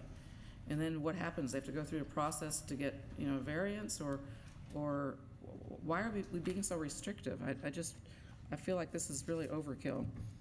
I think Kent's point is it's loosening the restrictions rather than tightening the restrictions. So you may be against it because it's loosening the restrictions. Kent may be against it because it's tightening the restrictions. Then I did my job. Somebody needs to get on board and figure out which one it is. Well, would you explain it to us, Mr. Mayor? That would be for Mr. Townsend to explain it to you. He's the explainer. I'm going to start by the explanation of we did not have an outdoor amenity space through 90% of the discussions of the UDC. And then the discussion was we're going to have more buildings, more parking. We need pedestrian space that needs to be usable for a pedestrian or accessible by somebody that development indicates. Code Studios was given the task, draft us something that fits in, that meets that definition. They gave us outdoor amenity space as it currently is in the code. Then we wrestled for at least 3 or 4 months on a percentage, and a percentage where, and a percentage of how much. And then at adoption, 20% was the number that was chosen by council of outdoor amenity space. Went into effect June 1st, 2014. We're getting close to June 1st, 2015. Staff struggling with, this doesn't fit, that you can't meet this, you need relief of that, for people that were trying to assemble property, people that were using small parcels. And Steve Stroud from Roswell Inc. coming to me almost weekly. How do you get past this? How do you understand that? How does this apply? And said, my frustration was I was saying no. I couldn't get to a dark brown or a medium brown. I was always at dark brown of, it's a no. How do I get to the medium part? I needed to change. These words needed to be modified for my staff to be able to say, your proposal meets code, go to HPC and get an approval. Your proposal meets code, go to DRB, get an approval, and go build. If I'm applying these rules and regulations with the words that are there, I can't say yes. I get to say no. We need to find relief somehow, some way. So it's relaxing the rules. I believe so. And I believe it's giving the relaxing of the rules to the proper locations where we would have been requiring it anyway, and it needs to count as that's what it's being proposed for.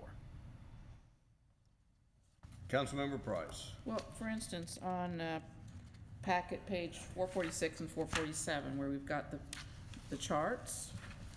Mm-hmm. So how do they change, how are they different from before?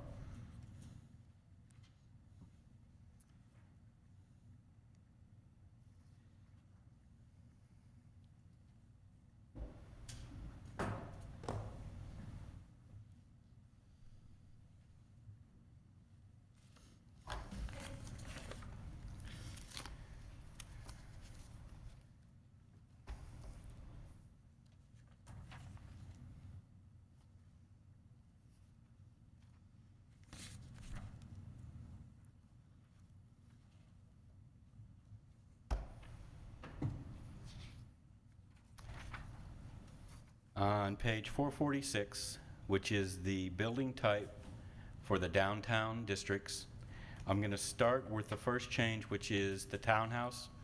You see where it's underlined in 20%? Yes.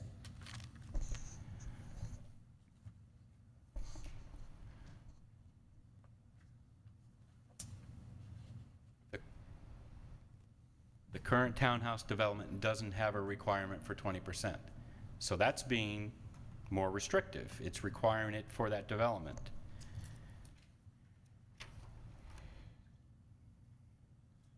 And that's a blue or a green or Right. what's- For the walk-up flat, the example, it has a requirement of landscape open space of 25%. The walk-up flat, if you look at the two, it's now 10 and 10. Landscape space of 10, outdoor amenity space of 10. So it's relaxing it 5, but giving it 2 definitions of these are the 2 locations that you can put your amenity space and your landscape. So can you mix and match, or you have to have 10 of one, 10 of the other? You have even to if- have a minimum of 10 in one and 10 in the other. Even though the definitions are sort of overlapping. Correct. Okay, so that one went from 25 to basically to 20, but we're sort of saying it's 10 and 10. Correct. I mean, I just feel like this is going to end up being very nitpicky. If people are, well, I don't know, that's 8% and the other one's 12%, is that okay? You know, and do you have the leeway to say, yes, it's okay, or are I we do gonna- not have the leeway to say that. So they're gonna all show up here and say, well, I couldn't plant a peony because, you know, or you want one more peony to approve this and I don't have room for it. I just can't see us having to deal with that. Do you have a suggestion? I wouldn't divide it up. I think I would just make it the same, make it one, but I'm not sure. I mean, this is all kind of, it's hard to read because there's these 3 different colors and they're all underlined and it's just hard to make sense of it, frankly. Councilmember Diamond, do you have some relief? No, I'm sure I don't. No, I guess, you know, this is something that has developed over a year. We could say we're only going to do one color of all this, and but we're creating the same issue all over again. You know, to me, if staff has come to us and said, we are having these specific problems, and these are specific remedies, I can't put myself in the position to rewrite what will work for people coming in the door. So, I think it's been thought through. It's not more restrictive all the way across the board. It's not less restrictive all the way across the board. It's a measured, step-by-step alternative to each particular case. So, it is the first reading. I think it might be helpful if we could have this with a column of what it is now. Mm-hmm. If you won't mind having that to us, that we could maybe have ahead of time that we could Okay. look over, that might be helpful. But how we can substitute our judgment for what you guys have been going through for a year, I just don't know that I'm comfortable doing that. So I think at some point we have to trust that staff knows what we're doing and the best way to get done what they know we're trying to do. Councilmember Price, my suggestion is if you have some ideas or concerns, perhaps you meet with Brad and y'all may be able to come up with a better solution than is currently offered, but I'm not sure we're going to be able to fashion that tonight. Well, I'm also concerned that one of the reasons that this whole thing came up, that we are not addressing, and whether or not we didn't want to address it, or I'm not sure that we've had a good discussion that request was meritorious or not, and since this doesn't address it, I'm even more concerned. Well, if you, again, I encourage you to come forward with a better solution. I think we'd all appreciate it, and if you need any staff help on working with that solution, Mr. Townsend's the man. So, other questions? Councilmember DiPolito. Thank you. I actually have a couple comments and then a couple questions. I guess my first comment, Councilmember Eaglehart asked the question of what is outdoor amenity space and what do we think it should be? And I guess my thought on that is that it's common space for the people in the development. It doesn't necessarily need to be public space. And if you look at some of the examples we have in there, playground, swimming pool, community garden, to me, those are all things that are really within the community. And if the goal is to have open space, then I think we achieve that goal. So we had a little bit of a conversation about public versus common area, and I think the issues you have if you call something public space, then you're kind of inviting anybody to come into what might be a private swimming pool or something like that, which is kind of a nice open amenity. So to me, it's a little cleaner if you just leave it, the outdoor amenity space really just being, as long as it can be shared among those within the development. It could also be public space, but at a minimum, it has to be shared space among all the people there. And one of the changes that I suggested was to be 3 under the outdoor amenity space. The reason being that if it may be roofed but cannot be enclosed, you could technically have a roofed patio that's attached to a building, and it's really somebody's private patio or a restaurant patio. That's really not common space. So to clean that up, I suggested that we change the language to say outdoor amenity space may be roofed, provided it is part of a common area facility and is not enclosed. So that way it could be, for example, a gazebo. You could have a gazebo out in a park, has a roof, it's not enclosed, it's part of the common facility, and that works. But if it's attached to a building and has a fence around it, then that would not be common space. That would be actually somebody's space that's part of a rented or owned facility. So those are a couple of my thoughts on that. I did have a couple of questions for you, Mr. Townsend, on your Exhibit A. We have listed, and I think this is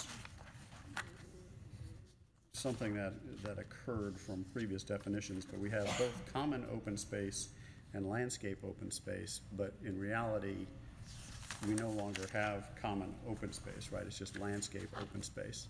Common open space is for the smaller lot development subdivisions. We still have that definition, and it is in Article 11. So that's not included in, so we haven't changed that definition? We're not amending that at all, correct. Okay. Well, we're not, all right, so we're not amending that definition, but we're adding that as a requirement for townhouses? Correct. So that's the only place the common open space occurs? Right. Is townhouses, and that's across the board? Yep. Okay. All right, and I guess the second part of my question is, for a lot of these building types, for example, you showed the walk-up flat we currently have under the UDC 25%, and you suggested reducing that to 20%. In some cases, it's down to 10% total. Are all of those various building types currently at 25%?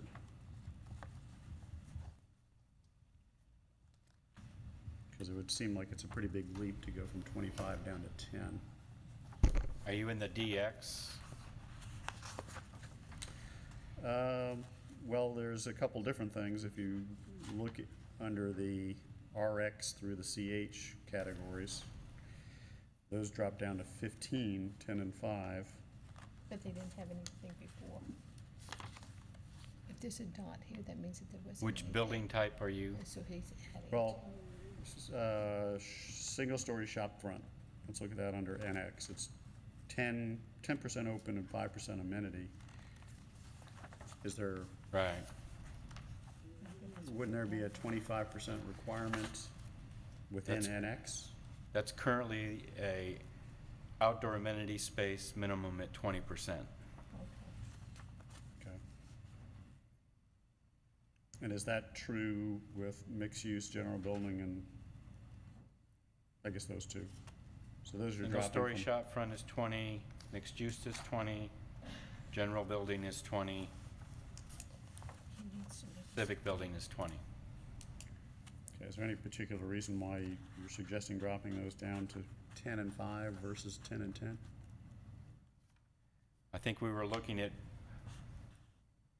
where is the NX on the map, as well as what is currently developed and what would encourage redevelopment to take place in the NX. The NX, it was normally outside of the historic district and usually a C2 old zoning category. So I think we were looking at what would be able to redevelop if we were taking, I think staff's comment or thought process was 20% was getting on those smaller pieces of C2 too much of what they would be able to even try to do to redevelop. Okay. And then similarly, well, I guess that thought process holds true for the DX category? Correct. Because some of those are down to 5 and 5, Right. which is pretty small. Are those, Right. When we put together UDC, did we have each of those at 20%? Is it because of those building types?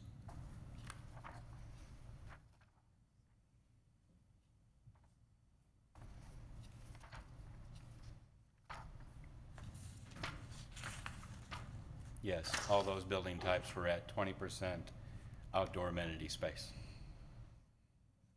Okay, I think it would be helpful, and I think Councilmember Diamond requested seeing how Right. those changes are from a total percentage standpoint. Correct. I do like the idea of splitting it up. I think that makes sense. I'm sure we're gonna have instances where somebody wants to do 12 and 8. We'll just Right. have to deal with that, but Yeah. I like the direction we're headed, at least from breaking it up. I'm a little concerned about the percentages at this point. but Right. I'll weigh in on those when I see them. Okay. Thank you.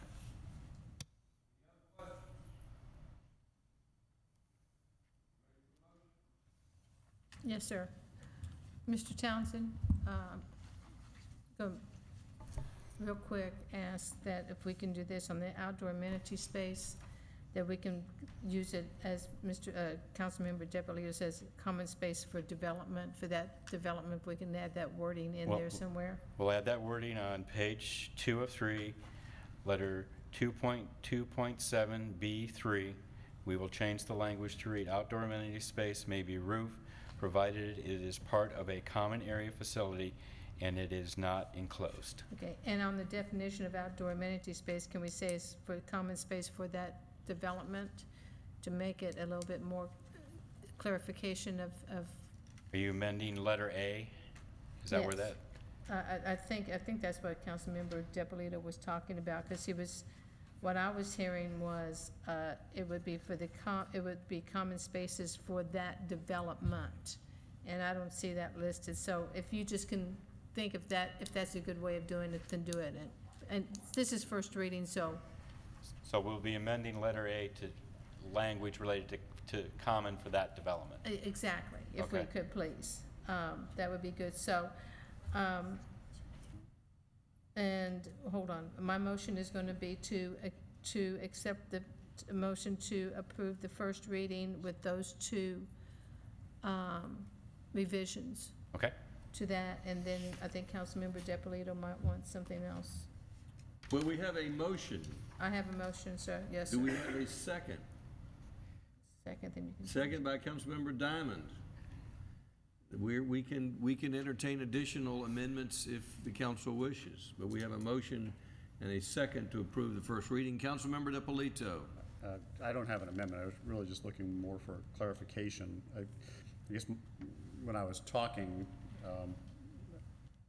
I wasn't necessarily thinking about changing the wording, but that's fine.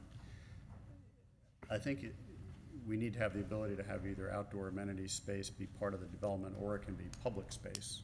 And that's probably your intent. It doesn't have to be specific to the development, because it might be a situation where you have a development that has a public plaza and that is their amenity. So But then- it could be either one, really. Well, what then I can do is just remove that Okay? as part of my motion, and just have it that we change B3 to the wording that Councilmember Depolito had sent to us, emailed everyone. So my motion is to accept this as first reading with B3, rewarded to Councilmember DiPolito's email of dated today. Ms. Diamond, is that modification acceptable? Do you second that? Yes, sir. We have a motion and a second. Further discussion by council. Councilmember Price. I will support moving forward on this for the only reason that we're going to remove the requirement that the neighborhood compatibility stream buffer not be considered as it was in the past, and that would be the only reason I'm supporting this. Further discussion? Any additional comments from council? Councilmember DiPolito, was that it? All in favor of the motion, raise their hands. Oh, did you have something to say before we vote? Oh, the general public. Yes. Is there anyone in the audience wishes to comment? No comment from the public. Any further discussion by council? All in favor of the motion, raise their hands. That would be, wait a minute, raise your hands. Let me count them. Councilmember Orleans, Councilmember Price, Councilmember Wynn, Councilmember DiPolito, Councilmember Diamond, all opposed. Councilmember Orleans. First reading passes 5 to... No, Councilmember Eichelhart opposes, passes 5-1. And this will come back for the second reading? This. April 13th. April 13th, yes, sir. Sorry, I forgot to add that. Okay, this is my final one, and before I read it, I'll let Councilmember DiPolito. I just wanted to recuse myself because of business affiliation. So, Mr. Mayor, Councilmember DiPolito is recusing himself on this one. Thank you for that, placing that in the record. So, Mr. Townsend, final plat, Alstead, Phase 1. Oh, who's going to be doing this? Oh, Mark, I'm sorry. Hi, Mark. Hi. Mr. Wolf will be presenting this one.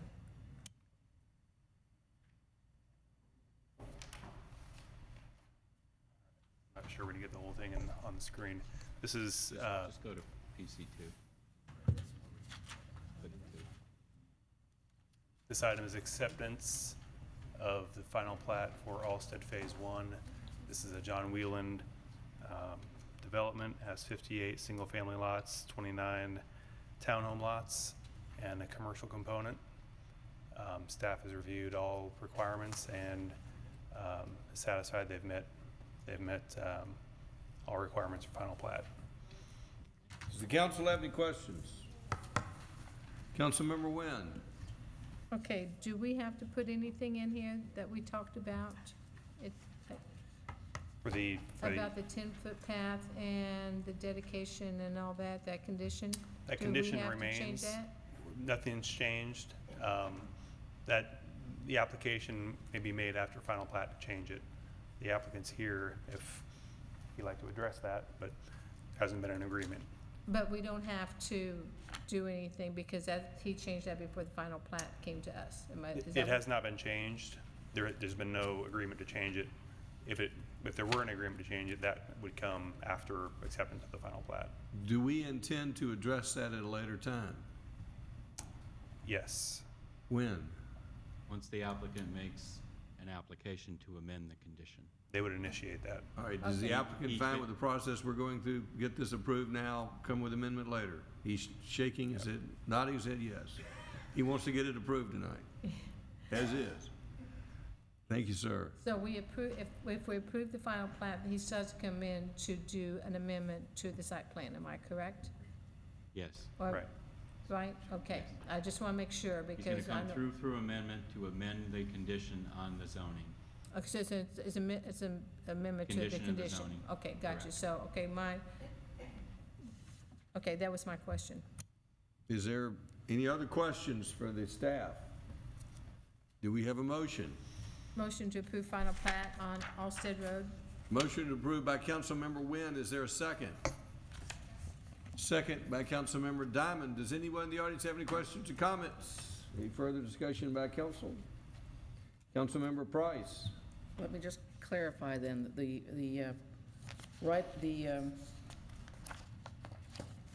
right-of-way is still existing, correct? The location reserved for the landing of the bridge exists as the condition, and it is also included as a location on this plat. As it was? As it was. Okay, thank you. Any further discussion? All in favor of the motion, raise their hands. That's unanimous with Councilmember DiPolito having recused himself. Councilmember DiPolito, please return to the dais. At this time, we'll call upon Transportation Department Liaison, Councilmember Diamond, to call the agenda and the 2 items that were on the consent agenda. All right, thank you, sir. I'd like to start with number 8, approval for the mayor and/or city administrator to accept right-of-way options for the Hardscrabble Green Loop project in an amount not to exceed $400,000, and approval of BA 230-42200-030915 in the amount of $100,271. And Mr. Asenbrook and Mr. Del Ross are here to talk about it. Thank you, Councilmember Diamond, Mr. Mayor, members of the City Council. I am going to turn the podium over to the project manager, Mr. Rob Del Ross, your engineering design manager, to present this item. Thank you, Steve. We're here tonight for blanket approval for the Hardscrabble Road right-of-way. We have put a not to exceed amount of $400,000 for the right-of-way. This blanket approval is similar to the process we used for the Howes-Hembry roundabout project. This would give approval for staff to sign agreements with property owners and avoid having to take them to you individually as they close.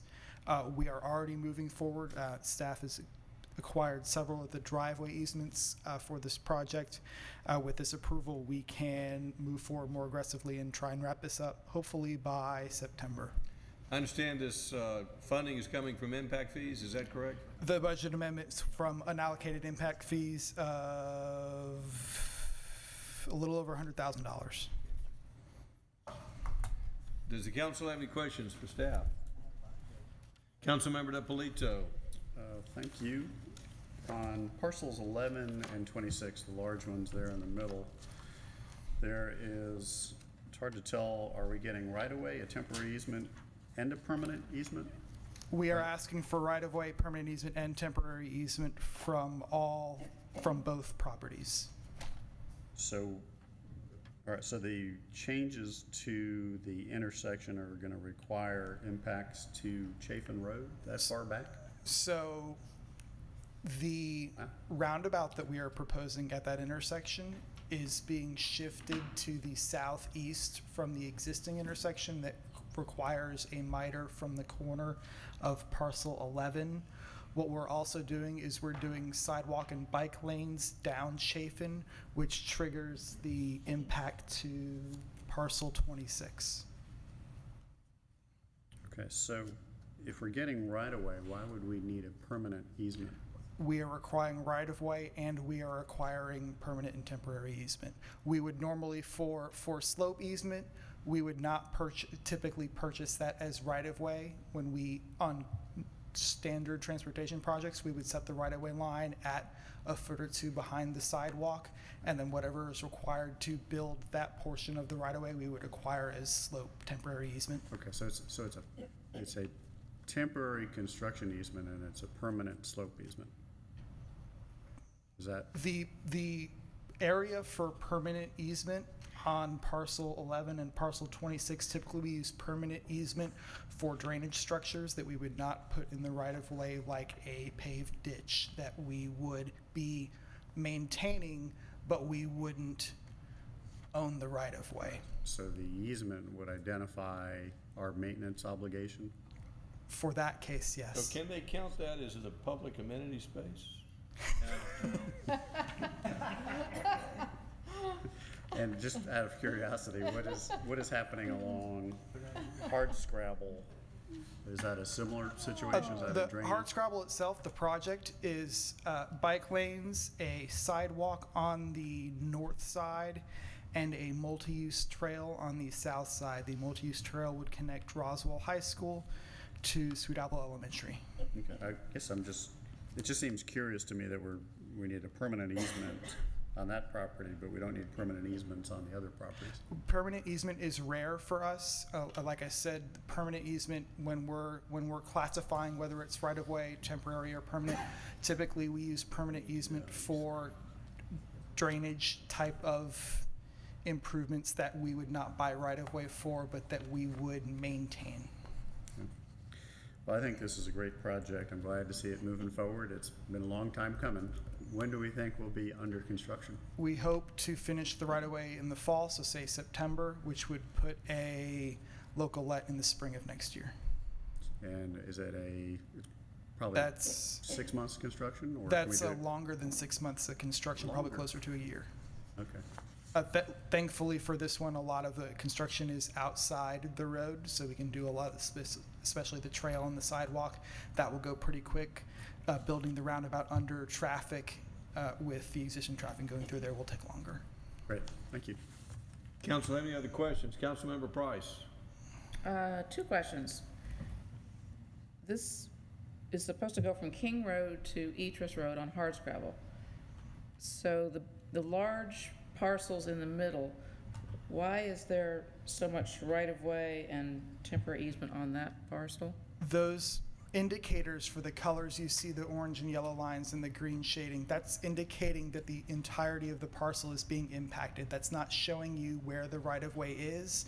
That's our way to label the parcel as being impacted for right-of-way or easement. Okay, so is that 1 parcel or 2 parcels? Parcels 11 and 26 are, I believe, owned by the same property owner, but they are 2 parcels. So can you outline just where the trail actually goes?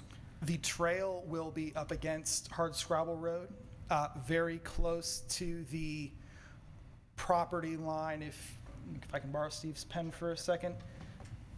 The trail will follow the property line up against Hardscrabble Road. Again, I'm not sure why the other property is impacted. The parcel 26 is impacted because we are, as part of the project, we have improvements down Chafin Road for bike lanes and sidewalks that we are not impacting parcel 26 as a result of what we are doing on Hardscrabble. We're impacting parcel 26 related to what we're doing on Chafin. Which is part of the loop. Which is filling a long-needed gap from what we are constructing on Hardscrabble to where there is existing sidewalk and bike facilities past, I believe it's Northgate Trace on Chafin going south. Okay, and this will procure all the necessary land for roundabout? Yes.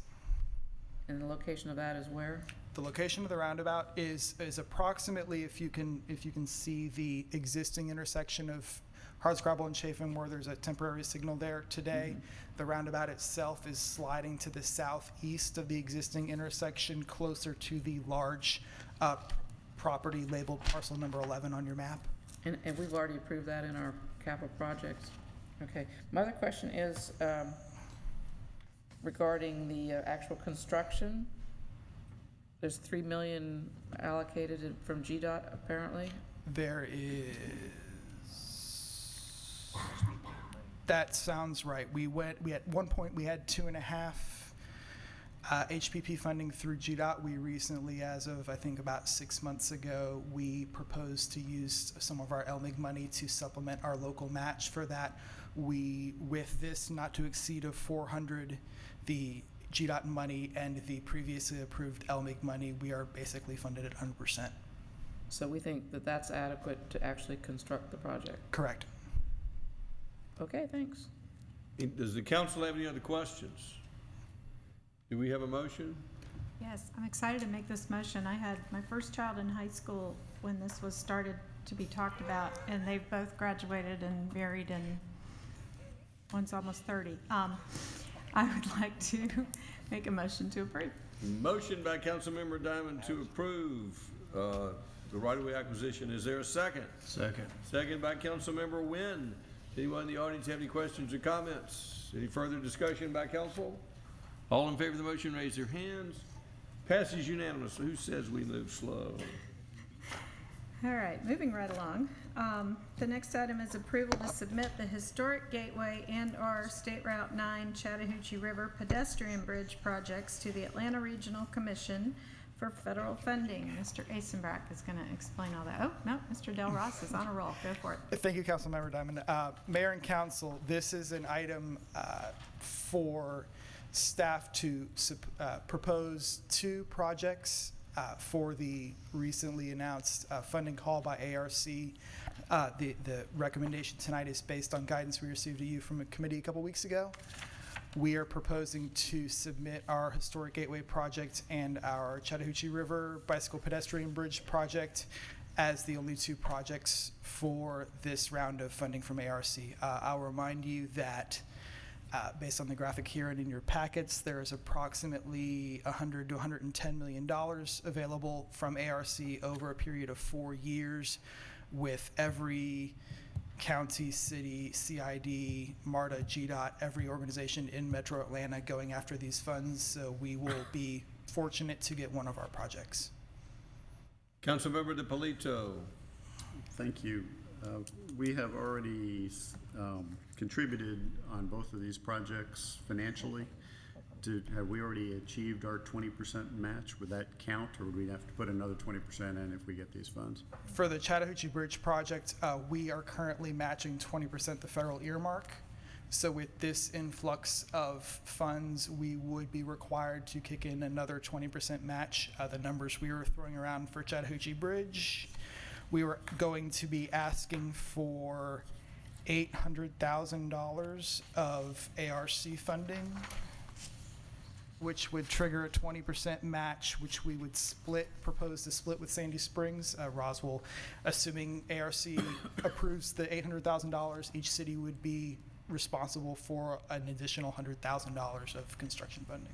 Okay. And is Sandy Springs contributing this project too? Sandy Springs is in the process of discussing with their staff and their council to see if they support this. I'll tell you that we've had positive discussions with their staff, but they have not gotten to the point we are where they've discussed it with council yet. I imagine that would significantly increase our chances if we have multiple cities. Correct. That'd be great.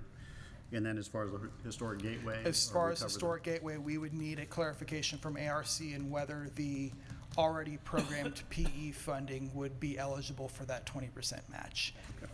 Thank you. We assume the answer to that is yes. Okay. Thank you. Any other questions from council? Do we have a motion? Move to approve. Motion by Councilmember Diamond to approve this ARC application. Is there a second? Second by Councilmember Price. Does anyone in the audience have any questions or comments? Any further discussion by council? All in favor of the motion, raise their hands. Passes unanimously. All right. We have a couple of... Yes, going back to number 2, approval to restripe Elizabeth Way to a 2-way street. Mr. Asenbach.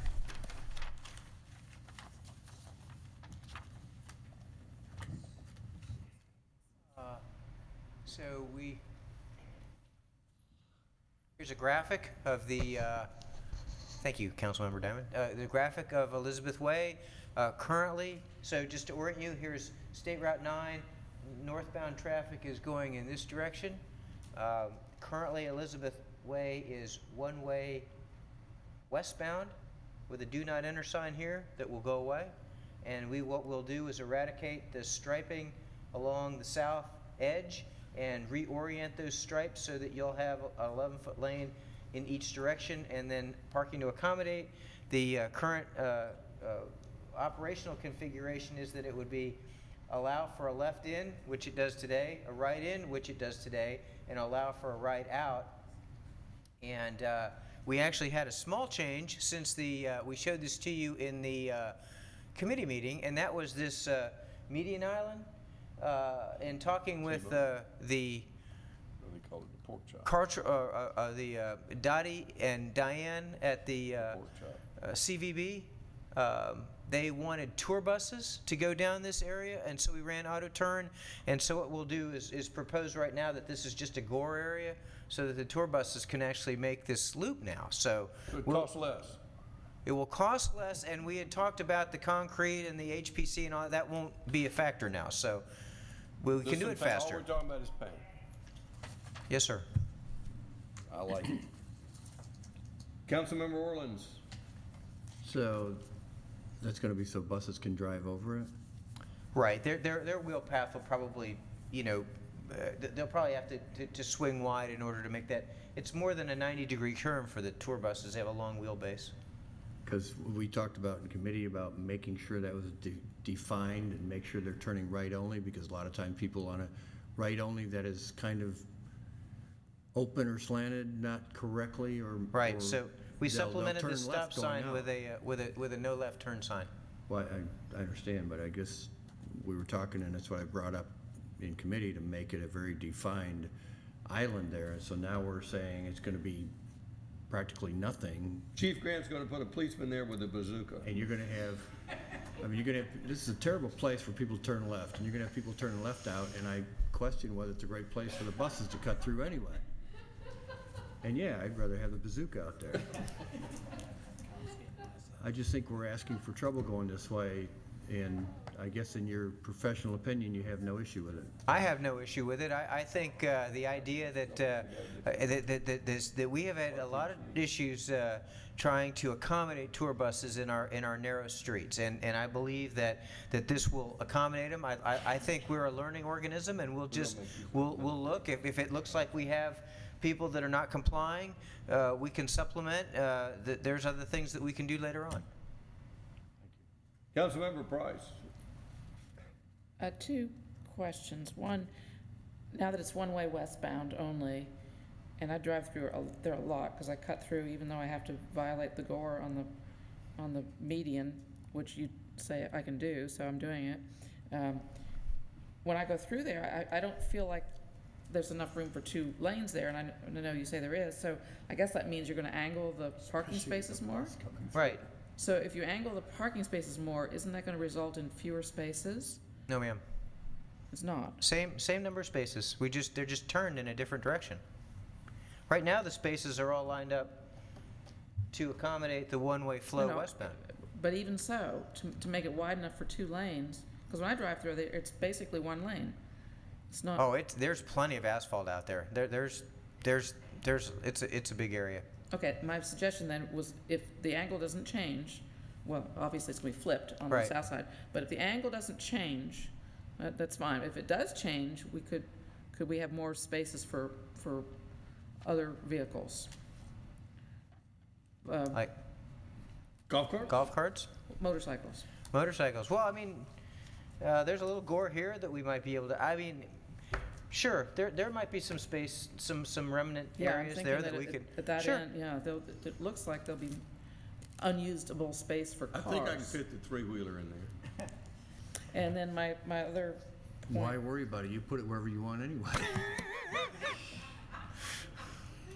What was my other point? Mayor's privilege. No, it's a motorcycle. It's a motorcycle. Oh, I think I covered both points. Thank you. Okay. Any other questions? Do we have a motion? Sir. Councilmember DiPolito. Thank you.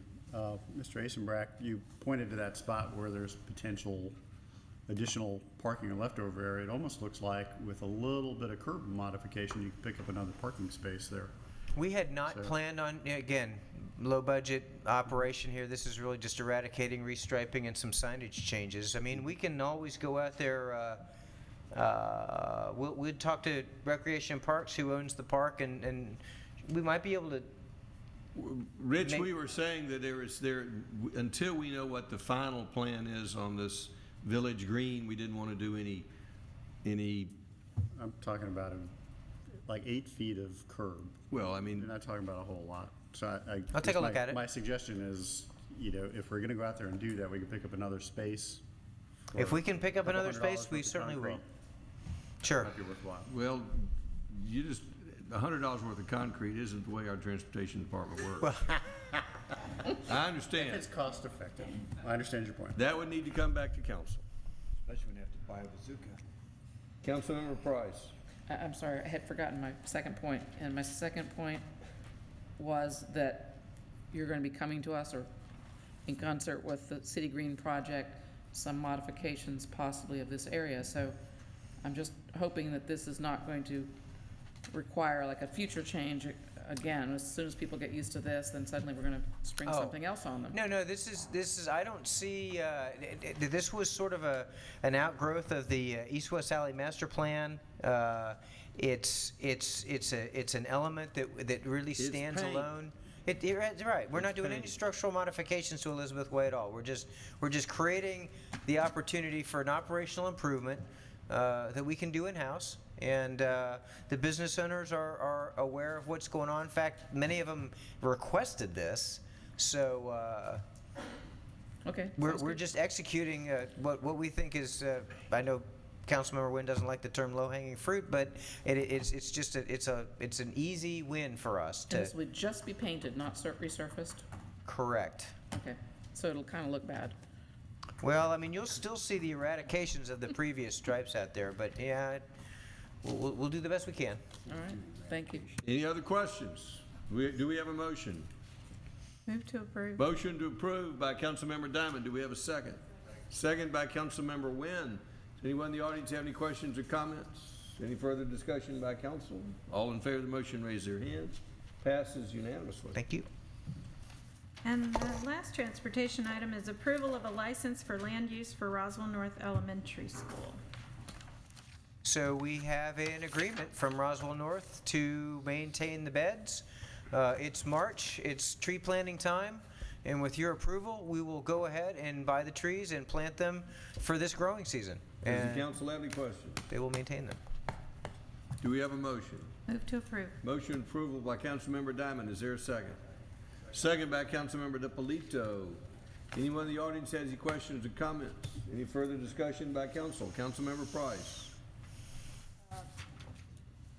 Yes, I'm very concerned about how this whole issue has played out. I kind of feel like we've been taken advantage of by the school system, frankly. First of all, the foundation, which I understand Councilmember DiPolito is involved with, had promised to take care of this, but then that really wasn't the case. And then it was that they were going to maintain it, and then now they've convinced us to put trees on it. And now, since the committee meeting, it looks like it's changed even again. It looks like we're going to be required to water the trees for a year, and then we're going to also agree to keep the trees trimmed. And, is that in perpetuity? I guess so. So I'm not sure where the skin in the game is from the school system, because they've just, gotten us to do their bidding at every step of the way here. And also, it says that they will keep it reasonably free of weeds. I would propose that we add something in there such as it will be billed for this maintenance if it's not staying within a reasonable aesthetic look. And also, would the school be responsible for replacing the dead trees, or would the city? I can address some of those issues, Councilmember Price. Planting Let's trees. let Councilmember DiPolito respond first. He had his hand up. Sorry. Thank you. The foundation did not promise to take care of this or to fund it. There was a suggestion early on that we'd go to them and ask them to fund it, which we did, and it is not part of something that they can contribute to, so that was never actually on the table. So that is not correct. And this whole issue came about actually not because of the school. It's because I go there quite often and drive down Woodstock quite often and notice this very long gore in the street that was serving no purpose other than collecting storm water and just running it off into the gutter. So I suggested to Mr. Asenbrack that is there an opportunity here for us to reclaim some impervious surface, put in an island that would be pervious surface, get rid of all that impervious, clean up the street a little bit because it was somewhat unsightly with the gore and people were parking there illegally and it was problematic. So it seemed to solve a lot of issues. And as he looked at it, he realized there's safety issues here because the students are walking along the street, right along the curb. This provided a little bit of buffer between the street and the sidewalk. So there were a lot of good reasons to do this, and that's how it came forward. There was a discussion at one of our committee meetings to get the school to participate and get the foundation to participate. I personally went and talked with both of them, and the discussion was, on behalf of the school, was because it's not city or it's not school property, they can't contribute to it, and it's not within the foundation's purview. So that information was provided before any of this was approved. Mr. Asenbrack, I see sir. that we've agreed to purchase the trees and plant them, stake them, water them for a year, which is our normal practice. That's a standard practice, yes, sir. And the trimming Establish the the- trees is not an obligation, it's a right. So if we don't want to trim the trees, we don't have to trim the trees. That's just, It's a public safety function that we perform, Mayor. if we believe that the limbs are in the way, we can trim them, Correct. but we have no obligation to trim or maintain these trees after we put them up. That's not what it says in the ordinance, or in the, whatever this is, agreement. It says we agree to keep the trees trimmed. That means we will be responsible to do it. As we are in all trees in the right of way. You're correct, we agree to keep the trees, but it's on our discretion whether they need to be trimmed or not.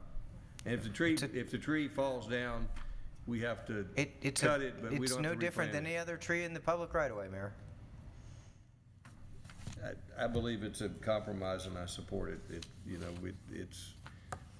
We'll plant the trees and trimming them isn't a big Now, obligation. if the school does not keep the bed reasonably free of weeds, since there's been a reluctance on the part of the foundation to be involved with this, what is our recourse? We will then be required, how can we require them to pull the weeds but not require them to trim the trees? That's perfectly legitimate, in my opinion. That I wouldn't want them trimming the trees. Do we have any obligation to mow the grass in this licensed area if they don't?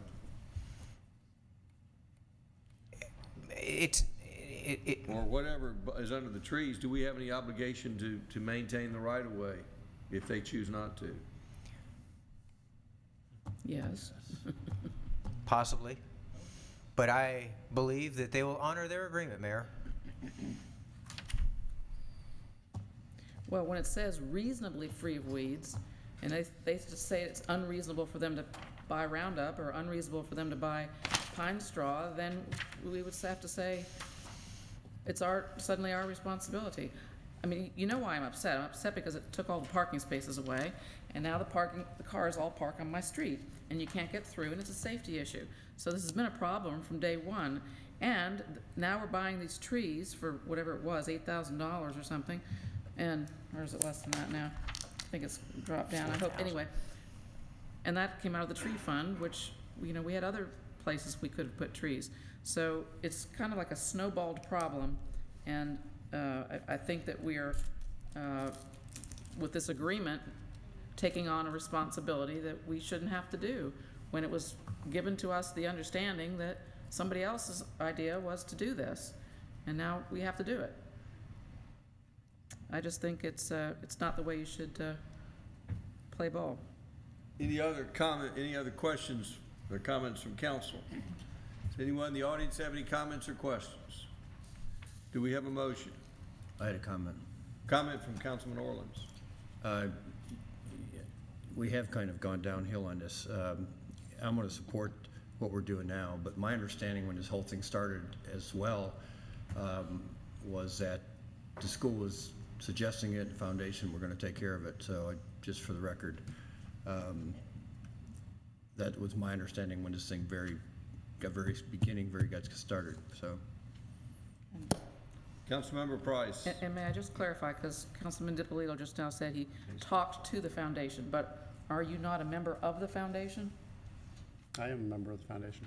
Okay, so you brought it up at a meeting of the foundation. I did.